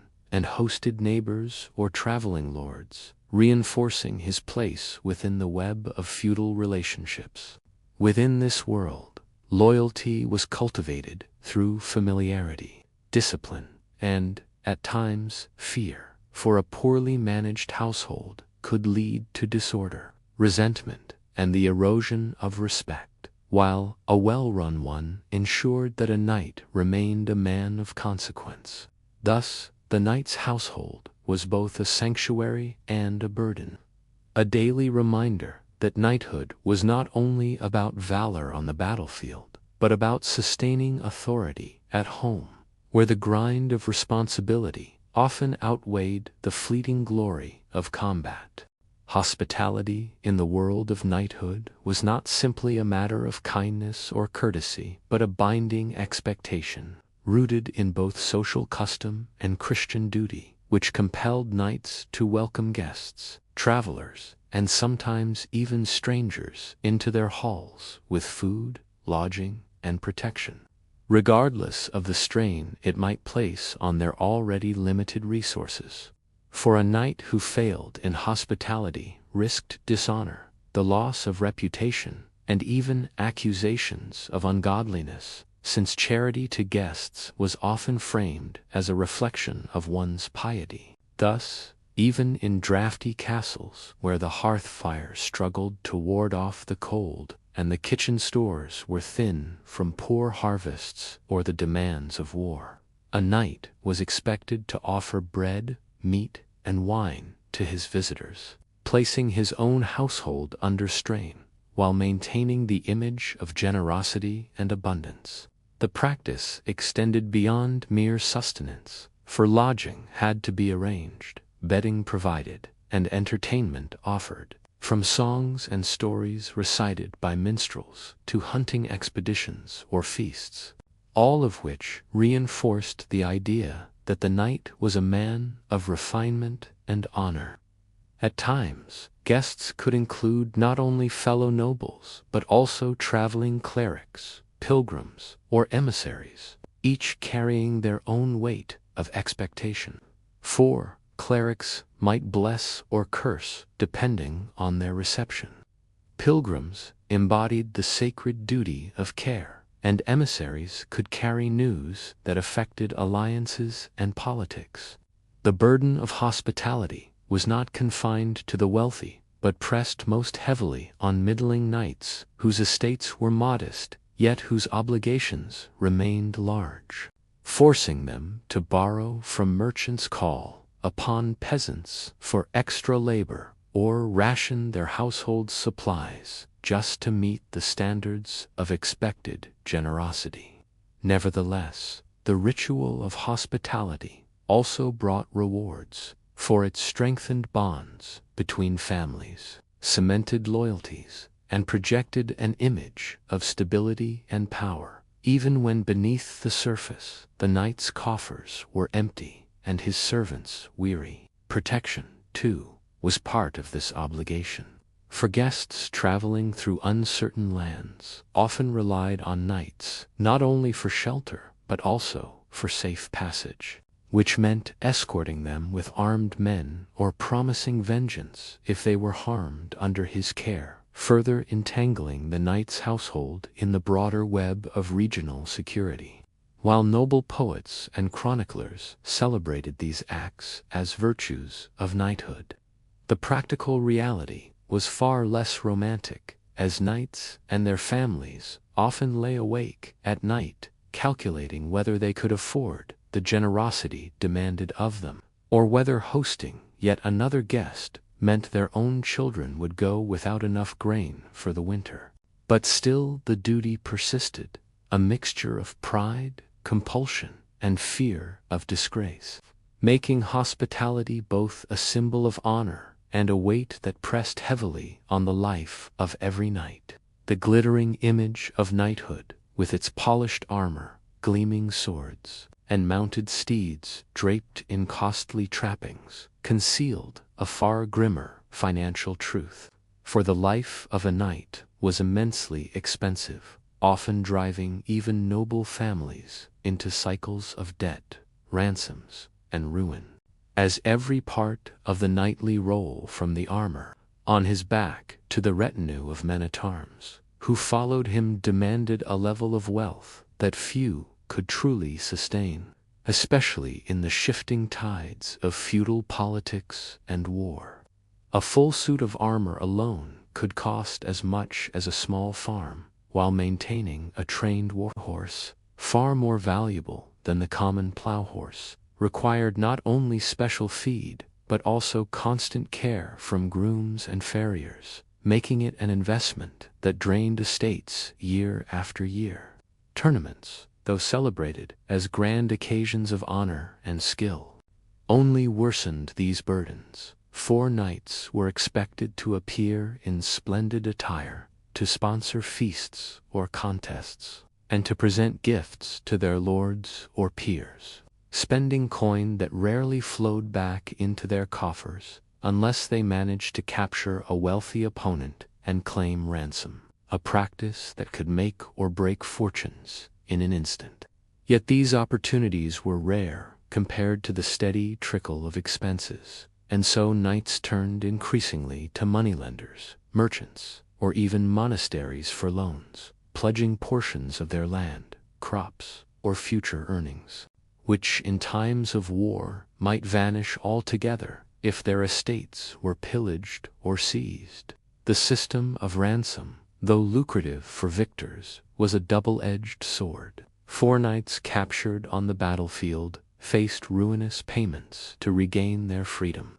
often forcing their families into desperation as they sold land, demanded contributions from peasants, or begged kin for aid, and many who could not pay were left to rot in prison cells, or lost their ancestral holdings to creditors behind the banners and ceremonies. Entire generations of knights lived with the gnawing fear that the facade of grandeur they projected was built on fragile foundations, and that one defeat, one poor harvest, or one ambitious lord's demand could topple everything. Wealth, when it did come, was fleeting, as knights who seized plunder or land in conquest quickly spent their gains on new campaigns or in attempts to maintain appearances befitting their station, while the church and crown alike pressed upon them for donations, taxes,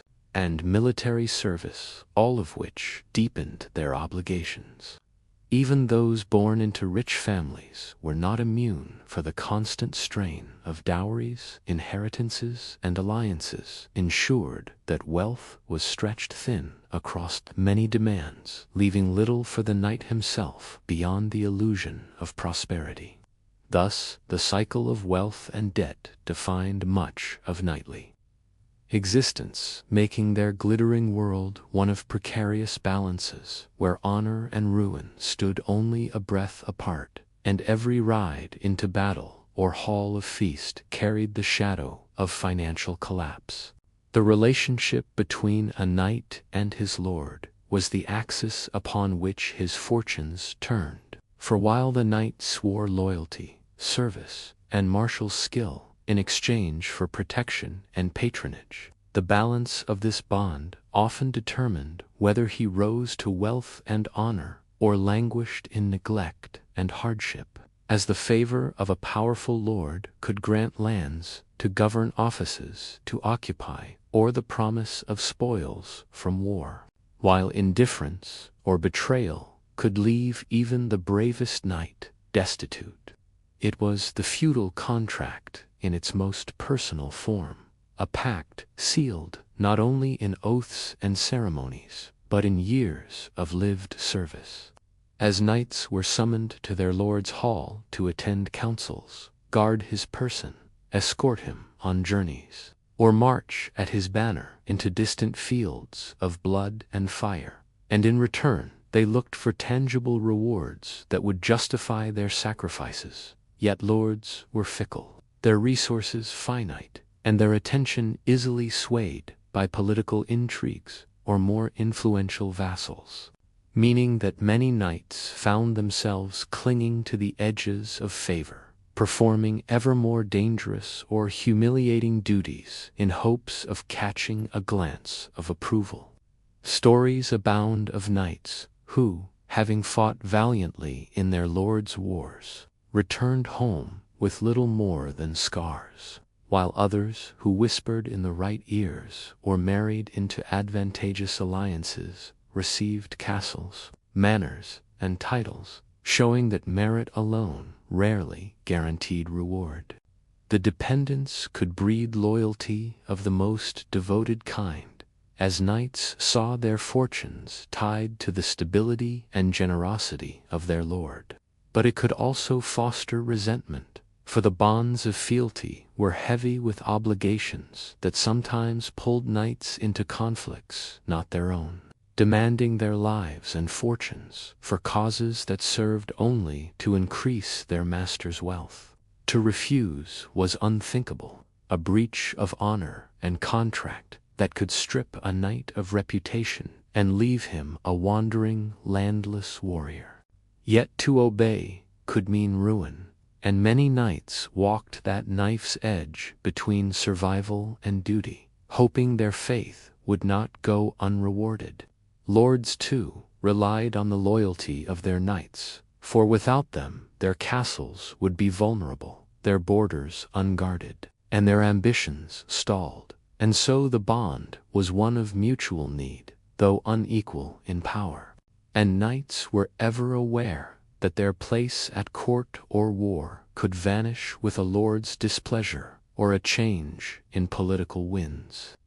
Thus the knight lived in constant negotiation with fortune, striving to prove himself indispensable while guarding against the crushing weight of neglect. For in a world where honor was currency and survival often hinged on patronage, the knight and his lord stood bound together by fragile threads of loyalty, expectation, and ambition, each pulling the other toward glory or into the abyss. Knighthood was not a solitary path, but one traveled in the company of others who shared the same hardships, dangers, and ambitions. And thus knights often formed bonds of brotherhood with their comrades in arms, bonds forged in the smoke of battle, the rigors of training, and the cold silence of watchful nights, for only those who had endured the weight of armor, the endless drills, and the terror of combat could truly understand one another. And in this shared struggle grew friendships that could feel as deep as family, with knights fighting side by side, shielding each other from enemy blows, and sharing food, wine, and stories around campfires. Yet this fraternity was never free from tension, for honor and reward were limited commodities, bestowed by lords and kings upon those deemed most deserving. And so every ally was also a competitor, each joust in a tournament, each daring act on the battlefield, not merely a matter of survival or spectacle, but a chance to be noticed, to be praised, to climb higher in the eyes of patron and peers. Jealousy could seep into even the closest bonds, as one knight who won glory or captured a rich ransom might be resented by others who had fought just as fiercely, but returned empty-handed, and the delicate balance between solidarity and rivalry was ever shifting, turning companions into rivals and rivals back into allies depending on circumstance. Brotherhood was strongest in the face of common threats. When a knight relied on his brothers to guard his flanks and carry him from the field if he fell. But rivalry lurked just beneath, resurfacing when rewards were divided or reputations weighed. For to be overlooked was not only a blow to pride, but a tangible loss that could mean fewer opportunities, less wealth, and diminished standing. Chronicles tell of knights who betrayed one another, sabotaging a comrade's reputation or spreading whispers of cowardice, while others stood steadfast, defending their brothers, even at the cost of their own advancement, showing how knighthood was at once a fraternity of shared suffering and an arena of fierce competition. In the great halls and tournament fields, knights would clap each other on the shoulder, call one another brother, and raise goblets in shared triumph. Yet, in the silence of their thoughts, each man measured himself against the others, wondering if he had done enough to shine brighter, if his deeds would outlast theirs, or if fortune had favored them unfairly. For the culture of knighthood demanded not only loyalty, but also distinction, and the paradox of comradeship was that every knight knew his success was often weighed against his brothers. Thus, brotherhood and rivalry intertwined like two threads of the same cloth, inseparable and ever-present, defining relationships that could save lives in battle, but also fracture bonds in the pursuit of honor and reward, leaving the knight constantly navigating the thin line between fellowship and ambition. On the battlefield, knights may have been the glittering centerpiece, mounted on tall destriers and clad in steel that caught the sun. But their victories and even their survival depended on the mass of common soldiers who fought beside them: infantry with spears and pikes, archers whose arrows darkened the sky, and men-at-arms who held the line. Yet between these groups there yawned a gulf of class, privilege, and expectation that often bred tension and resentment. For while knights feasted in castles and were praised in songs, the common soldier returned to a hovel with little more than his daily pay, if he received it at all. The knight, bound by noble birth or patronage, fought for honor, ransom, and reputation, while the peasant conscript or low-born mercenary fought for survival, bread, and coin. And this difference in motivation was not lost on either side, leading to simmering frustration, as soldiers sometimes saw their sweat and blood win rewards that were heaped upon their mounted counterparts. Chronicles describe how knights sometimes treated common soldiers as expendable, expecting them to absorb the brunt of enemy charges, dig trenches, or guard supply wagons, while the knights rode into glory. And though some knights respected and even protected their men, others held themselves aloof, reinforcing the sense of division. Yet war made them interdependent, for a knight dismounted by a polearm or overwhelmed by numbers relied on infantry to rescue him, just as infantry relied on knights to break enemy lines or hold morale steady. And this uneasy alliance shaped medieval warfare. Tensions flared, particularly when spoils of war were divided, as knights claimed the lion's share of loot or prisoners for ransom, leaving soldiers to grumble that their own toil had gone unrewarded. And in some cases, mutiny or desertion erupted, showing that resentment could not always be contained. Nevertheless, camaraderie did exist at times, forged in long campaigns when knights shared hardships with their men, ate the same rough food, and endured the same rains and chills of night watch, for proximity and necessity could blur boundaries, though rarely erase them. In truth, the battlefield was a stage where social hierarchies were both reinforced and tested, as knights needed the massed ranks to give their charges meaning, while soldiers needed the mounted elite to inspire and lead, creating a relationship as fraught as it was essential, a partnership built on both dependence and inequality that mirrored the broader medieval society in which it existed, where class divisions structured every aspect of life, yet survival demanded cooperation. Thus, the bond between knight and common soldier was one of contradiction, filled with respect and scorn, necessity and resentment, fellowship in the face of death, and bitterness in the face of inequity. And through this dynamic, the myth of the knight's solitary heroism was revealed as only part of the story. For behind every lance lowered and every banner raised stood the countless, often nameless, men whose labor and sacrifice carried the weight of war. The decline of knighthood was not sudden, but unfolded gradually across centuries as the very foundations of medieval warfare shifted beneath the feet of those who had once ruled the battlefield. For, with the rise of professional armies, the growing use of disciplined infantry, and above all, the introduction of gunpowder weapons, the mounted knight, who had once embodied the pinnacle of martial power, began to lose his dominance, and the gleaming armor that had long symbolized invincibility now proved increasingly vulnerable to cannon fire, crossbows, and eventually the musket, which could pierce steel at distances where the charge of cavalry was rendered useless. Kings and princes, weary of depending on the often fractious loyalties of feudal knights,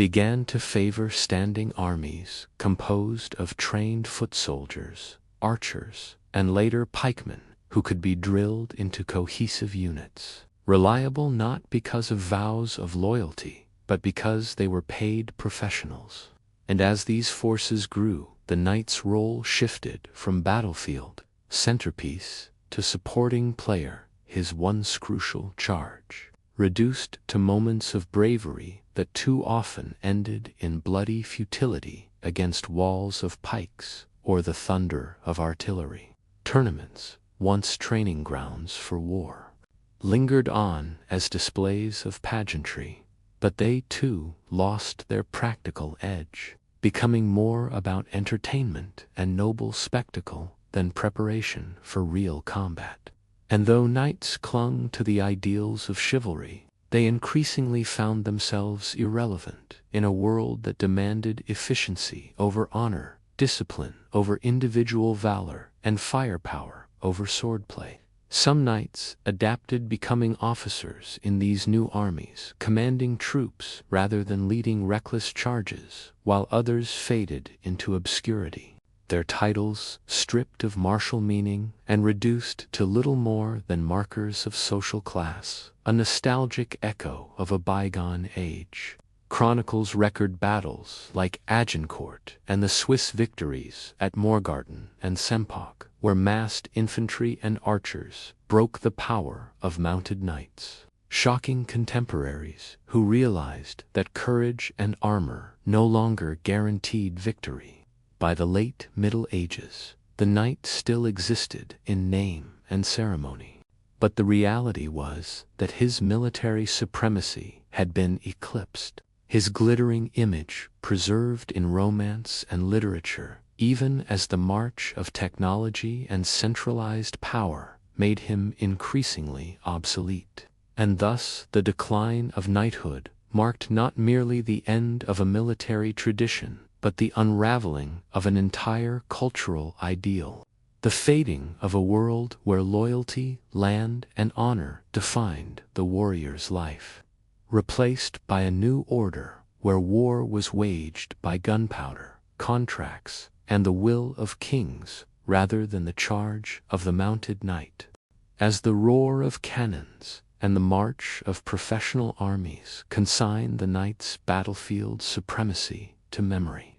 His image did not vanish, but rather transformed, reshaped by shifting cultural tides into the figure of the gentleman, a man who still bore the marks of nobility, but whose worth was no longer measured in lances broken or charges led, but in refinement, manners, and social grace. For the late medieval and early Renaissance courts increasingly prized diplomacy, learning, and civility, and the sword was replaced in importance by the quill, the lute, or the art of conversation. Manuals of conduct such as those by Baldassare Castiglione and others offered blueprints for what it meant to be a man of station, emphasizing eloquence, courtesy, knowledge of literature and the classics, and the subtle arts of flattery and restraint, creating an ideal that looked backward nostalgically to the chivalric knight,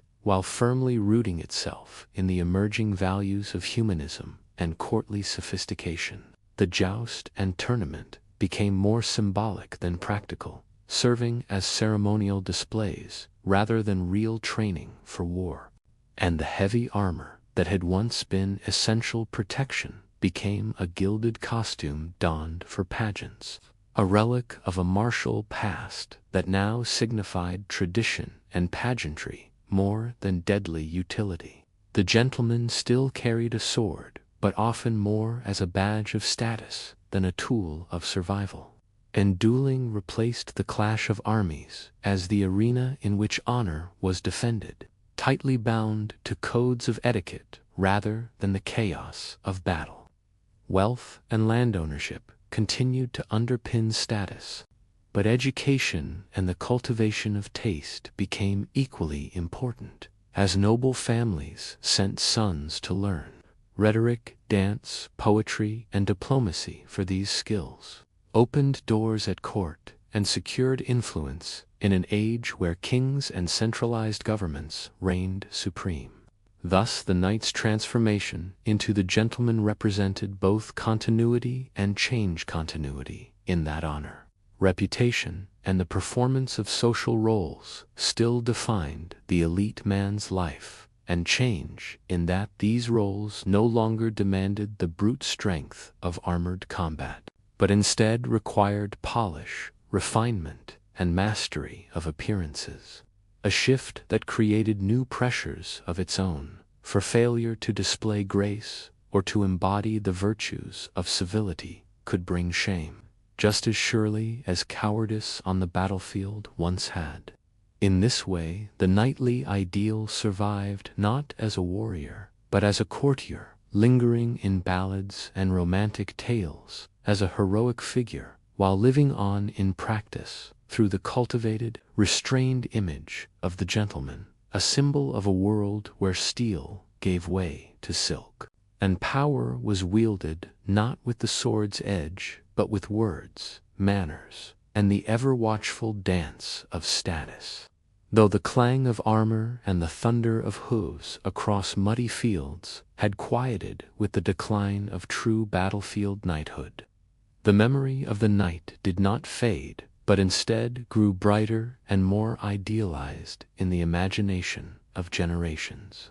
Preserved and exalted in romances, ballads, and poems that painted chivalric figures as paragons of courage, loyalty, and love, larger than life, and often more myth than man. Writers like de Troyes had long before woven tales of Arthur and his round table, of Lancelot's devotion, of Percival's quest for the Grail, stories that were copied, sung, and retold in countless courts and villages, each retelling, polishing the knightly image until it gleamed with an almost impossible purity. Troubadours strummed lutes in candlelit halls, singing of gallant champions who fought dragons or braved impossible odds for their lady's smile, even as real knights increasingly served as administrators, courtiers, or pensioned relics of a bygone age. The late medieval fascination with romance literature and the revival of classical ideals during the Renaissance ensured that the knight lived on not as he was, but as people wished him to be, immortalized in illuminated manuscripts, woodcut prints, and later in novels that reached even wider audiences with the spread of the printing press,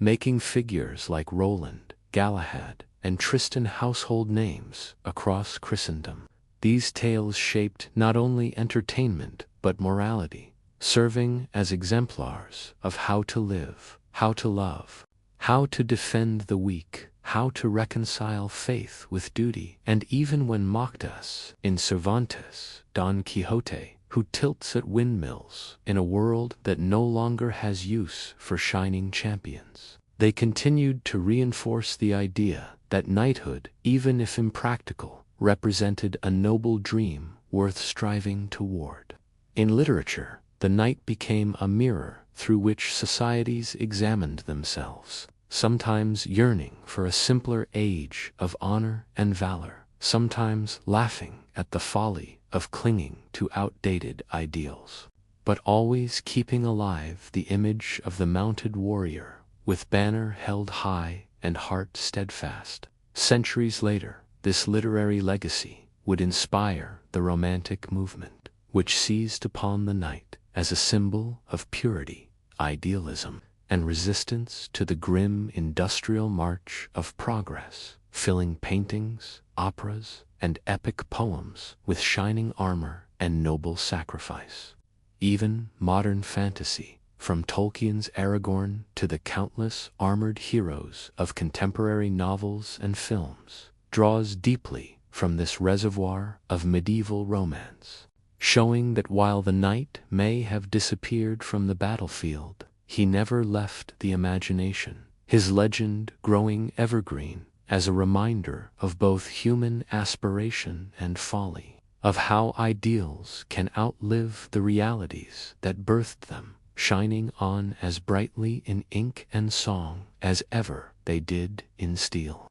Even as the clash of swords and the thunder of charging destriers became echoes of another age, the symbols that once defined knighthood endured, woven into the very fabric of memory and tradition. For coats of arms and heraldic devices, those vivid shields bearing lions, eagles, fleurs de lis, and countless other emblems remained as powerful visual shorthand for honor, lineage, and loyalty, passed down through families as treasured inheritances, recorded meticulously in rolls of arms, and displayed proudly on banners, tombs, and even church windows. To bear a coat of arms was to carry centuries of ancestral pride, each tincture and symbol laden with meaning, from azure for loyalty to gules for courage, from the falcon for vigilance to the stag for harmony, all of which told a story more eloquent than words could convey, a story of identity and noble duty. Alongside these enduring emblems were the rituals that had once transformed young squires into knights' vigils of prayer before the altar. The solemn dubbing with a sword, the oath to uphold justice and protect.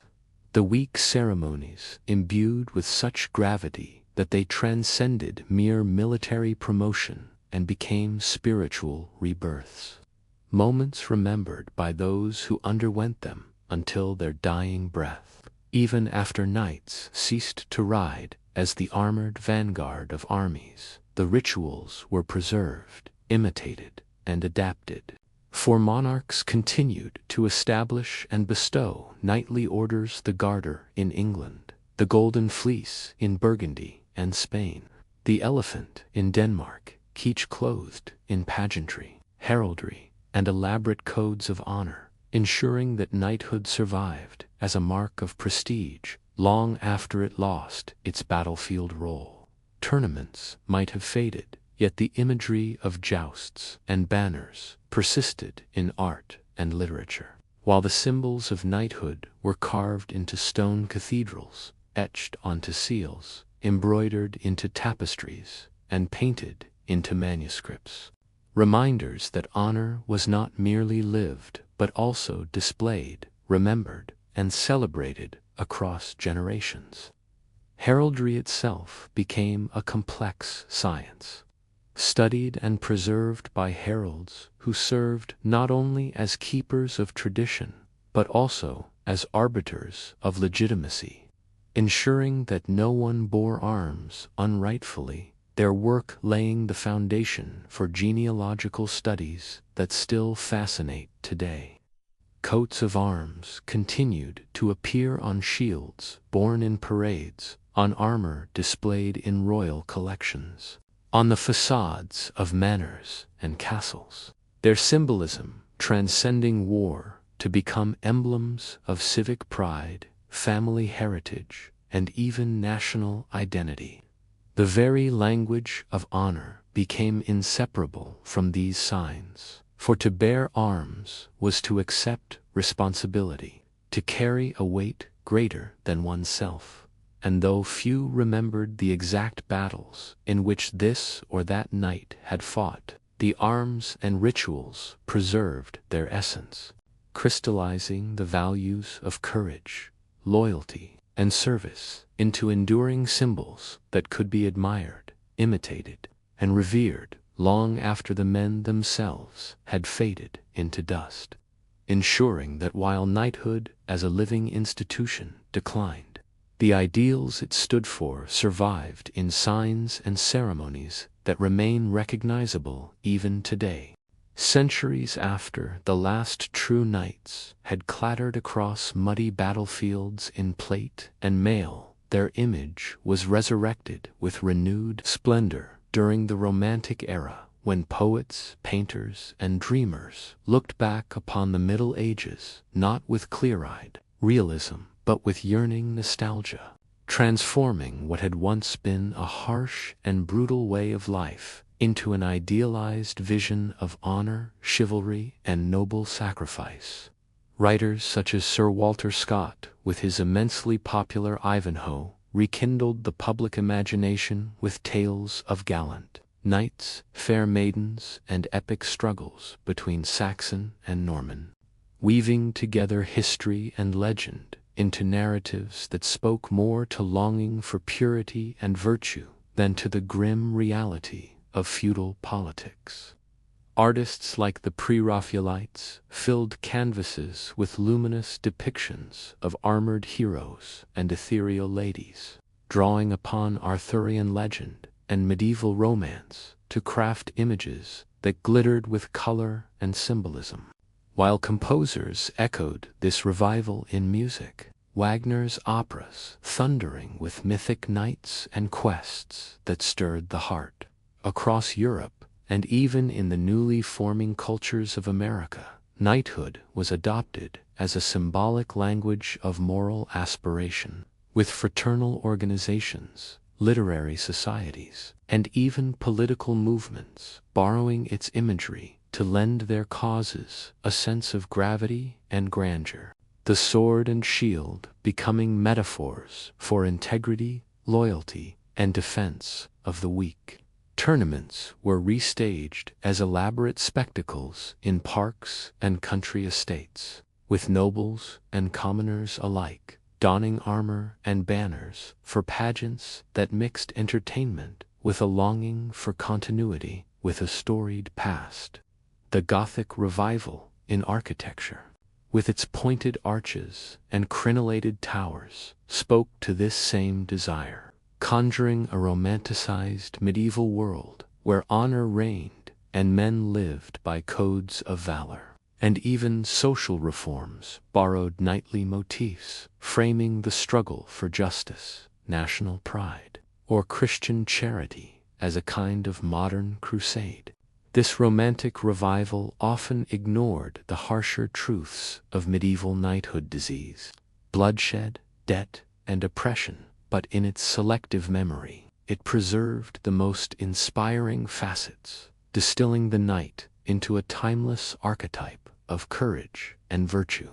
one that parents invoked when teaching morality to children, one that leaders borrowed when appealing to unity and sacrifice, and one that artists wielded to spark dreams of grandeur in an age grappling with industrialization and rapid change. The knight was reborn not as a soldier of steel, but as a cultural icon, a symbol of what humanity longed to be rather than what it truly was, ensuring that while the clatter of hooves and the clash of lances no longer echoed in real life, they resounded all the more vividly in the imagination, shaping ideals of honor and heroism that continue to influence storytelling, identity, and aspiration even in the modern world. Though the age of armored knights charging across battlefields has long passed,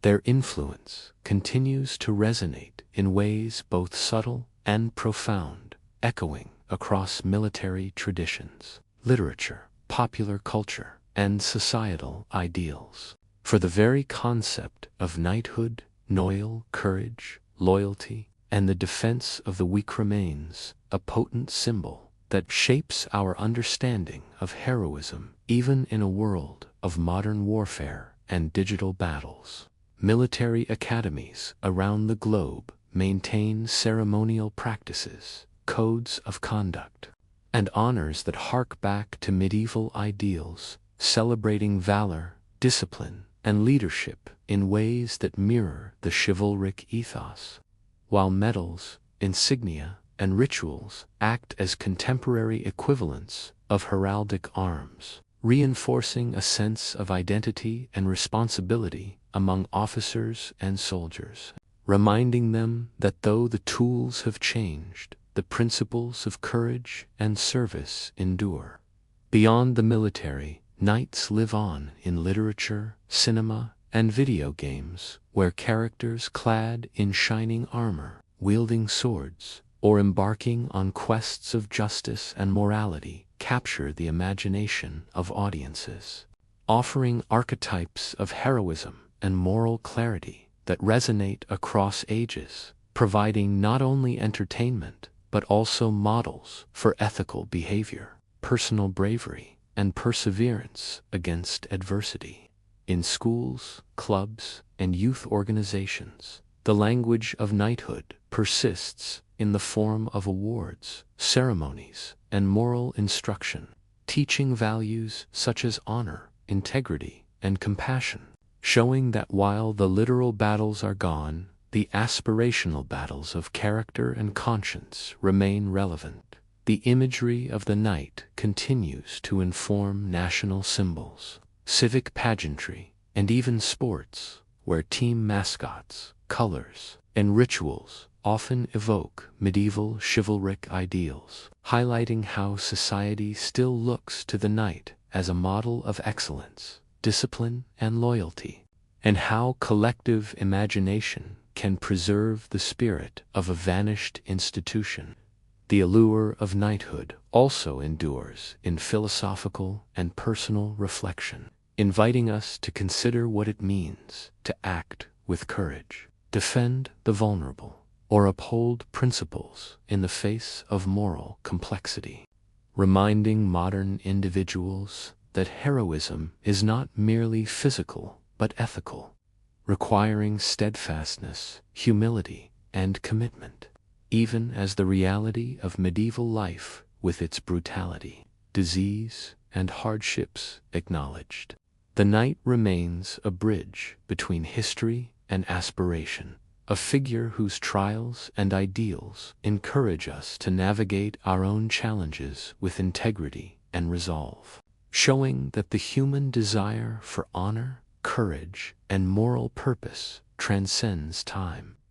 Thus, while the fields of battle have grown silent and the armor rests in museums and imagination, the echoes of knighthood reverberate through centuries, teaching, inspiring, and shaping ideals in ways that are at once historical and timeless, proving that the life of a knight, though far removed from modern experience, continues to influence the values, stories, and dreams of people today. linking the past to the present and reminding us that even the harshest, most challenging lives can leave a legacy of beauty, courage, and enduring inspiration.